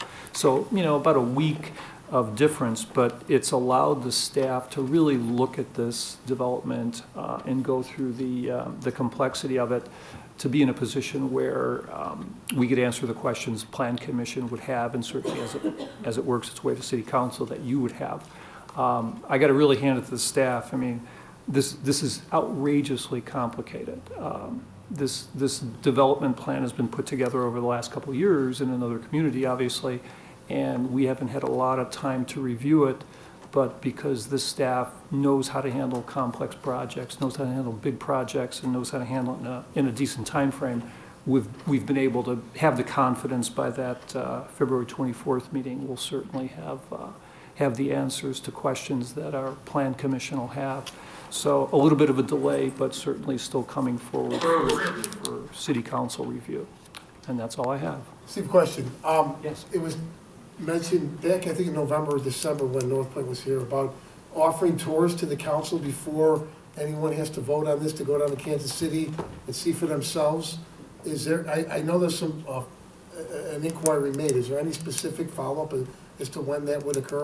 Katie Smith is going to, she started reaching out, I believe, today. I don't know if I told her to make sure you were on one of the first lists. She has 7 dates, I believe. That's a possibility. Because of the fact that we do not want to violate Open Meetings Act, groups of two elected officials along with a staff member will be invited. We also have some outside stakeholders that we'll extend the invitation to as well. So that's in the works. Obviously, some of the possibilities will be after the Plan Commission. I think there's one available date before the Plan Commission. But with that number of opportunities, I think we'll be able to accommodate everyone who's responded. And also, I think it's important that this is not just some arranged tour where we're showing what someone wants us to see, that this is somewhat independent. Yes. So we can get a good look, an honest look at what happened down in Kansas City. We will have an arranged tour. Obviously, the accessibility to the industrial park is something where there is some security involved, but we will have the opportunity to talk to some of the elected officials in the community. And then I hope, certainly as we get off of their reservation, talk to some of the businesses, talk to some of the people who live in the town, and also the town next door, which they're 2 towns relatively close to each other. So I see this as being, somewhat orchestrated because we need to have access, but also something that involves our own independent research. Thank you, Mayor. And I do want to compliment you and staff. I know you guys have dived into this with both feet, so thank you for giving this a serious look. Mayor? Yeah. Question. You did mention some of the elected officials. I would hope that we would have access to all of the elected officials. That, you don't want to make it look like anybody's being handpicked. Whatever their position was, we need to be able to talk to them if we go there. If I go there, just a comment. Now, I haven't gotten it yet, but I wanted it in writing from the legal department. I'd asked you, Steve. Certainly, we can avoid the conflict for open meetings violations by bringing 2 at a time, except you got to make sure that whatever committees it may pass through, right, that you don't have 2 of those committee members at the same time. Well, we have some committees that have nothing to do with economic Right, development. and some that Right. would land use would and economic development would. Exactly, and with the staff member there too, I don't want to call the staff member a chaperone, but in effect, you have a staff member along with 2 elected officials, so. And then there is a real cost to the company, even though they own their jet. There's a cost if we were to and it's well in excess of the $75 maximum gift we can accept. And I want to know how we are ironclad getting around that, approaching that. Well, I've indicated that we will basically be putting any airfare or expenses on city credit card. We did have an offer, and I said the optics of that are not something we want to get into because, in effect, this is our research. So the city will be paying for the trip. And how much is that projected to cost? I don't have that number yet. You'll give it to us before we go, so we can Yeah, look I at the mean, cost. we have most of our council has expressed an interest, and once we know what the arrangements are, there could be different flights at different times, so we'll make sure that that's something you know. That's it for now. Yes. Just to be clear, the Plan Commission, will that be televised live like always and then played several times, so? No difference from what we do So it'll always presently. be out there so everybody can watch it. Okay, thanks. Yes. Yeah, do you know if any of the dates are Friday or Monday? On a Friday or Monday, that way, for those who don't fly, can drive down? I do know there's a Monday. I just don't have that in front of me. I have a calendar on my desk. Again, I'm trying to get Katie to do this because if there's anyone who can't make certain dates, then we have to swap you know, who they're going with. I mean, it's kind of a complicated issue because of committee structures. But I know we do have, and we probably, I mean, we could create a Friday. Okay. I mean, that's not an issue, because it would just mean that someone's going down there solo. Yeah. And then we'd send a staff member as well. Okay, thank you. And just one more thing, Mayor. I know this is a very complicated project, and, you know, kudos to the staff for getting through this. But I just want to put out there, if at any time they feel rushed, that they've missed something, I would hope that you would, again, postpone it until a later date, so that we make sure all the Ts are crossed and the Is are dotted. Yeah, and keep in mind, at the Plan Commission, there could be questions or issues that come up that we haven't thought of. So, you know, for any reason, just like any development, I mean, if there are things that aren't making sense or need further research, I mean, we table things, but I think we'll be ready for this to be on that agenda. The question is, you know, how long will it take for a recommendation at the Planning and Zoning Commission level, and then same thing with council. You know, how much time do you need once you vet it, once you hear the public, once you hear the presentation, et cetera.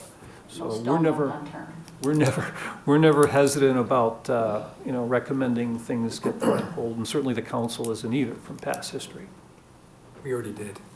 Yeah, exactly. We did it once, so.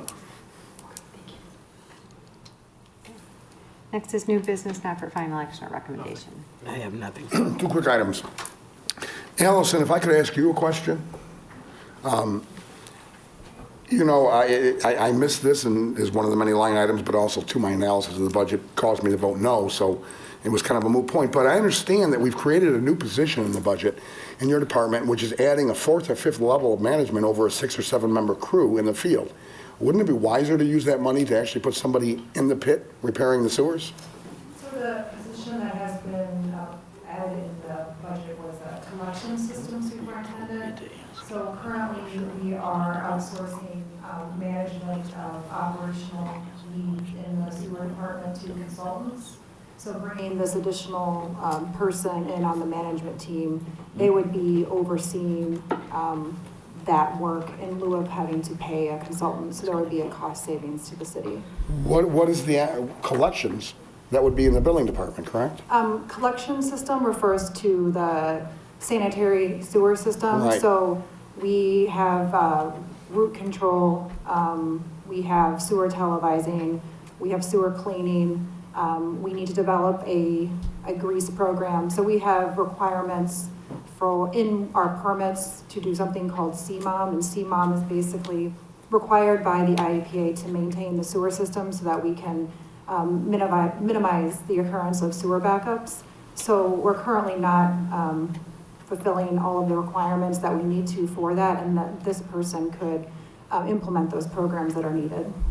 And what's the long, you know, is that something we look to complete or see diminish over time, over the next 4 years, 8 years, 12 years, you know? And was there an analysis attached to the budget showing any cost savings? Yes, that was presented to the city manager during our budget But not meetings. to the council? No, I do not believe so. Okay. All right, thank you. The only other thing I wanted to bring up, Mayor, is not to beat a dead horse. Well, it's not a dead horse because we haven't chosen anybody yet, but I don't know, I'm not sure why we still haven't chosen, and it's unfair to the public to get, you know, tonight, thank you, Mayor, at least you gave me half an explanation, but everything's happening in the executive session, and there's more to the story than meets the eye. So I got to say, Steve, wait a minute. I'm not even following the logic on some of this. I understand what you said. You don't want to publish the inventory, or as we call the test, because it would give them a heads up and they could cheat, or in other words, you know, fudge on it, right? But we're letting them take it at home. That's pretty secure. It doesn't make sense. It doesn't make sense. So since you're going to let them take it at home and they can hire Mayor Odekirk to go take it for them if you want to fly out wherever they're at, why aren't we publishing it for full transparency? You're saying you want tight security so they can't fudge, but you're going to let them take it home. Do you have an answer? Or? Is that a question Sure, or commentary? I just point out the fact that I've taken these type of tests before, and you know, I suggested that you don't necessarily want to tell folks exactly what you're doing until they're given the link and given 24 hours to do the particular assessment. With something called the internet, what they can do in 24 hours would have taken months to do 15, 20 years ago. It's not a secure process either way then. We can keep it up our sleeve, but it's not a secure process. They're going to take it at home. All right, that's all I have, Mayor. Thank you. Jim? I have a question, and it is a kind of new business, and perhaps, Pat, you could shed some light on this. Are you still the president of the Joliet Country Club per se? Absolutely not. Okay. So you're still a member of all that? Until when? Well, anyway, could you just shed some light on all this stuff that's coming out about how the country club's being sold to developers and warehouses are going up? Because I'm getting a lot of phone calls on this, and I don't even know what Scott's talking about. And so as long as he put it out there, I was wondering, hoping maybe you could shed some light on it. Sure. The country club was in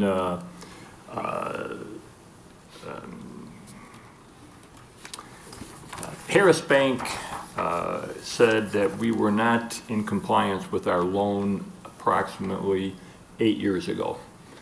7 years ago, they sold the package to an investment group by the name of Rock Inc. Rock Inc. dealt with the country club for 2 or 3 years, and we, the country club, agreed to a foreclosure and a lease to stay on a 5-year lease. After 3 years of the lease, the rent payments were higher than revenues could support, and the keys were given back 2 years ago to Rock Inc. In conversations with Rock Inc., they offered to sell it to us, or if we didn't want it, they were going to sell it or develop it into something other than golf. And not a surprise now, but they sent a letter out today that said they financially cannot afford to run it as a golf course based on the lack of golf play, the cost of doing business, all the other items, and we are not going to open for the season next year. Now, I don't know that, I mean, I've heard the same rumors you have, that they want to turn it into warehousing and industrial. I heard this industrial story 7 years ago that they wanted to make it an industrial site. Or a farm site, they said. So that's, so it has not been sold, other than 7 years ago it was sold. All right. Well, thanks, because I'm getting calls. You're not putting warehouses out there. I'm like, I don't even know what you're talking about. So thanks for putting Your Honor, may I shed some light on that for us. I just wanted to ask the question, the same thing, because I'm getting the calls too, like Jan was getting. I also got a call, as well as if there was an opportunity still left for an investment group to go in and pick that up as the golf course, as Joliet Golf Course.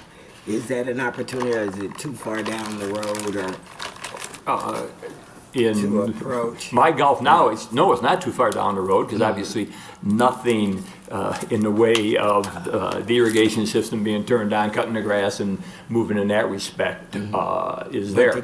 I don't know what they want to sell it for. Okay. I don't know, Steve, if they've come to talk to the city about anything. I did get a call from the Park District with a similar, and I gave them a couple names that they should call. I don't know how that has come out at all. If I can get a couple of names to forward on to the people that contacted me, maybe, maybe there's an opportunity there. Yes, Okay, to answer your thank question, they did come into the staff. They haven't made any application. To anything. Right. What exactly is the property zone is? It is R2? Okay. I want to go on record, I don't want to see any warehouses over there. That property is too beautiful. It's right in the middle of residential. I'm going to say it right now. I'm not going to vote for that if they come here. Yeah, well, I agree with you on that. Sure. Yeah. I don't want to beat a dead horse, but I just want to make sure I'm clear on this vehicle replacement in my mind. Okay. Would that be now or under comments? Oh, go ahead. Okay. That's no business. Hey, Steve, if I understand it correctly, as a result of the 3-cent increase, a bond will be floated, and it'll have a pool of money to replace vehicles, correct? Correct. Okay. Fire needs vehicles, police needs vehicles, public works needs vehicles, public utility needs vehicles, and there's probably a little miscellaneous area for some other needs for vehicles, correct? Correct. Okay. And I'm thinking that the staff has the list, and they're going through the list to see what has to be done immediately, what can wait.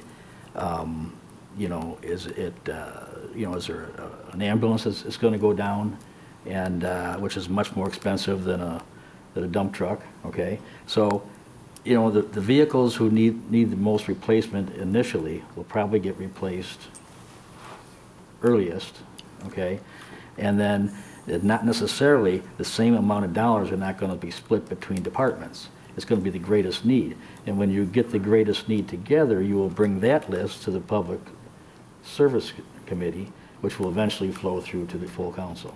Do I understand it correctly? Correct. The only thing I would add is that in addition to the 4 million, there's the money that would be received through the year, the additional 1.6. Because debt service would not be due until 2021.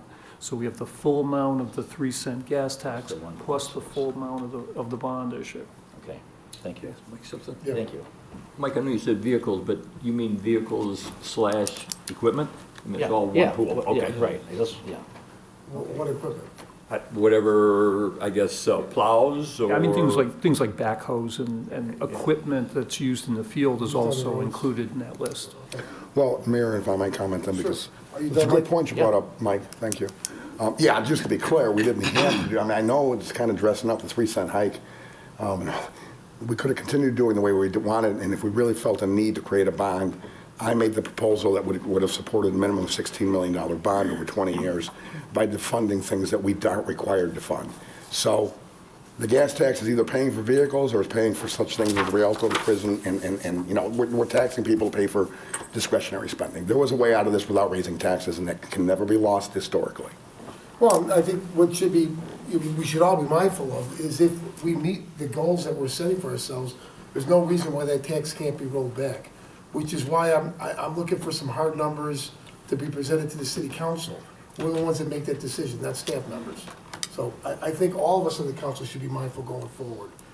If we meet the needs, our vehicle needs, there's no reason why we can't put that back and give relief to our taxpayers. That'd be great. I do have some new business. Steve, I talked to you about this last week. I think the council made a mistake when we agreed to or voted to raise the downtown parking rates. I spoke with a number of downtown business owners, including John Bays, who is the prime business owner of downtown Joliet, who've expressed a lot of dismay with this council and specifically, not just rising costs for them, but that it's making it tougher for them to do business, or in the case of Mr. Bays, to attract new business into downtown Joliet. They feel that the parking rates are going to hamper that. So I agreed. I told Mr. Bays and others that I would send this back to committee. Councilman McCormick, I think this would go to Land Use Committee. I think Legislative. I would like you and your committee to revisit this. Chairs Committee. Sorry, It's okay. It's all right. I think I've done it before. We just one happy committee. I'd like you to revisit this. Mr. Bays and others are willing to come and speak to you. I think, and you know, this is what my objection was that the night of the vote, that I didn't think this had been vetted properly. I think we should be going the other way. We should be looking to reduce rates or eliminate them for downtown Joliet. I think any business owner down there would be supportive of that. So I don't think it's a knee-jerk decision, but I would like it to go back to your committee so people can come and speak to you and you guys can revisit that. Mayor, is this a plan, the same one the Finance Committee heard a while back? I don't know. Is it? Is it the same one? Okay. Well, That we what recommended, plan are you referencing? the one that we recommended the increases? Yeah, well, no, I'm asking to look at decreases. Okay. So, thank you.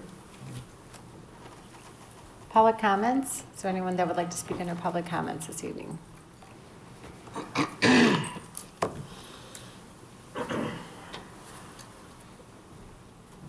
Mr. Mayor, City Council, I am a resident of Diamond K Lane, which is unincorporated Bell County.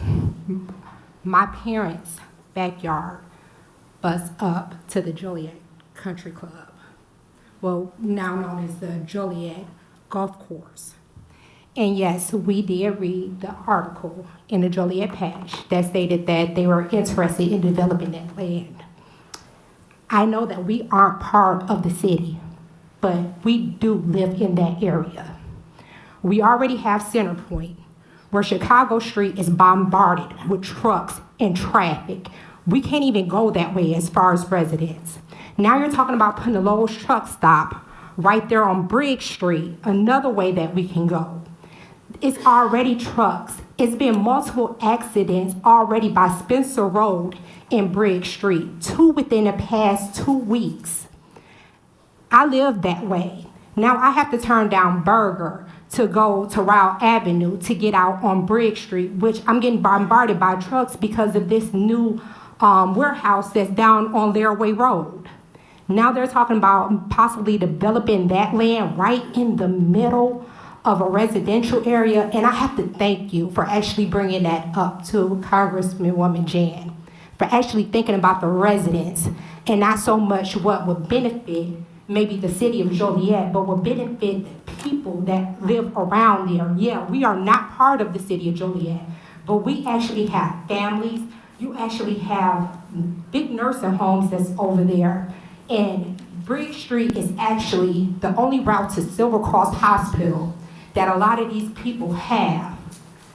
You constantly see, my mom actually, she works at Joshua Arms. When I go there, I'm constantly seeing ambulances and stuff. That cuts back on time, critical time, that it will actually affect the matter of what maybe if somebody will survive or die. We're already getting bombarded with traffic. Now they're talking about maybe developing this land.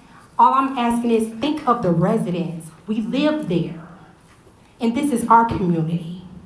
We have to deal with the increase in traffic. We have to deal with maybe not if we cross the street, whether or not if we're going to get hit by a semi that's flying down the street. All I ask is that you think of the residents that live around that area when you make your decisions, because we are going to fight this if it does come up, and this is what they're actually planning on doing with that property. I've talked to multiple residents. We're getting together and we are planning on fighting this. We are not going to let this go through. Thank you. Thank you. Is there anyone else that would like to speak? Next is mayor and council comments. No, I have nothing. Nothing.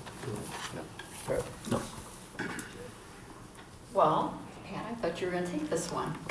Let you have it. We attended the Joliet Catholic Academy assembly today to congratulate the Angel Dancers. They took third in the IHSA tournament down in Bloomington. Yes. Yeah, and the place was packed. Gloria Dollinger from the board was there, Pat was there, and I was there. And I have to share this with you at the expense of Pat, but he actually made me laugh today because he gave his little speech and he said how his granddaughter was in the audience and how his granddaughter always says, Grandpa, girls rule, boys drool. And that's one of my sayings. I almost died when he said it.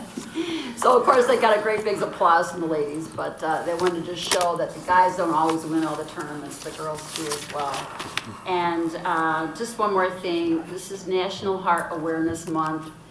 Go red on the 6th of February, or 8th of February, you're supposed to wear red for heart awareness. It's not just for women, but it's for men too, just to get your heart checked, because that's the leading cause of deaths in this country. And then one more thing, on a personal note, I want to wish my niece, Katie, happy birthday on February 6th. We're very proud of you.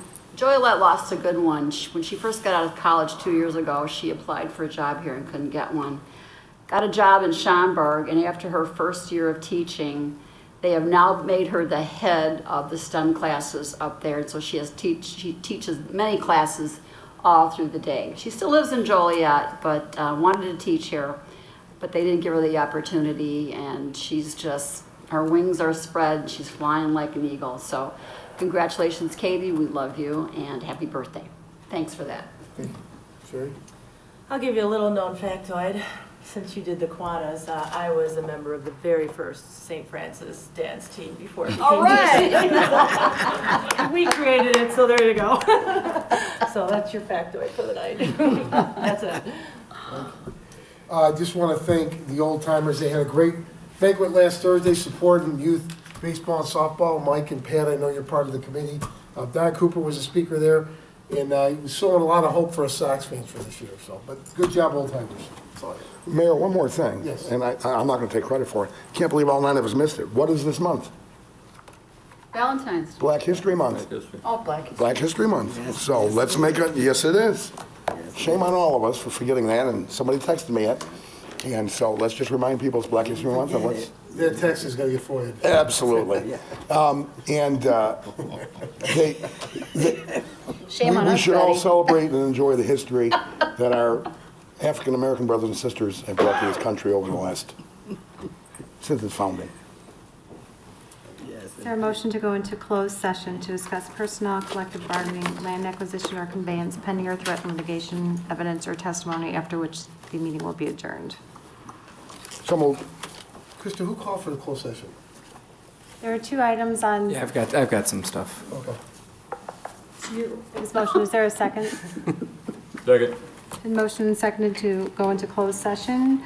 Councilman Hugg, Aye? Councilman Morris, Aye. Councilman Mudron. Aye. Councilwoman Coleman. Aye. Councilwoman Reardon. Aye. Councilman Turk. Aye. Councilman Dickinson. Aye. Councilwoman Gavin. Aye. Motion carries.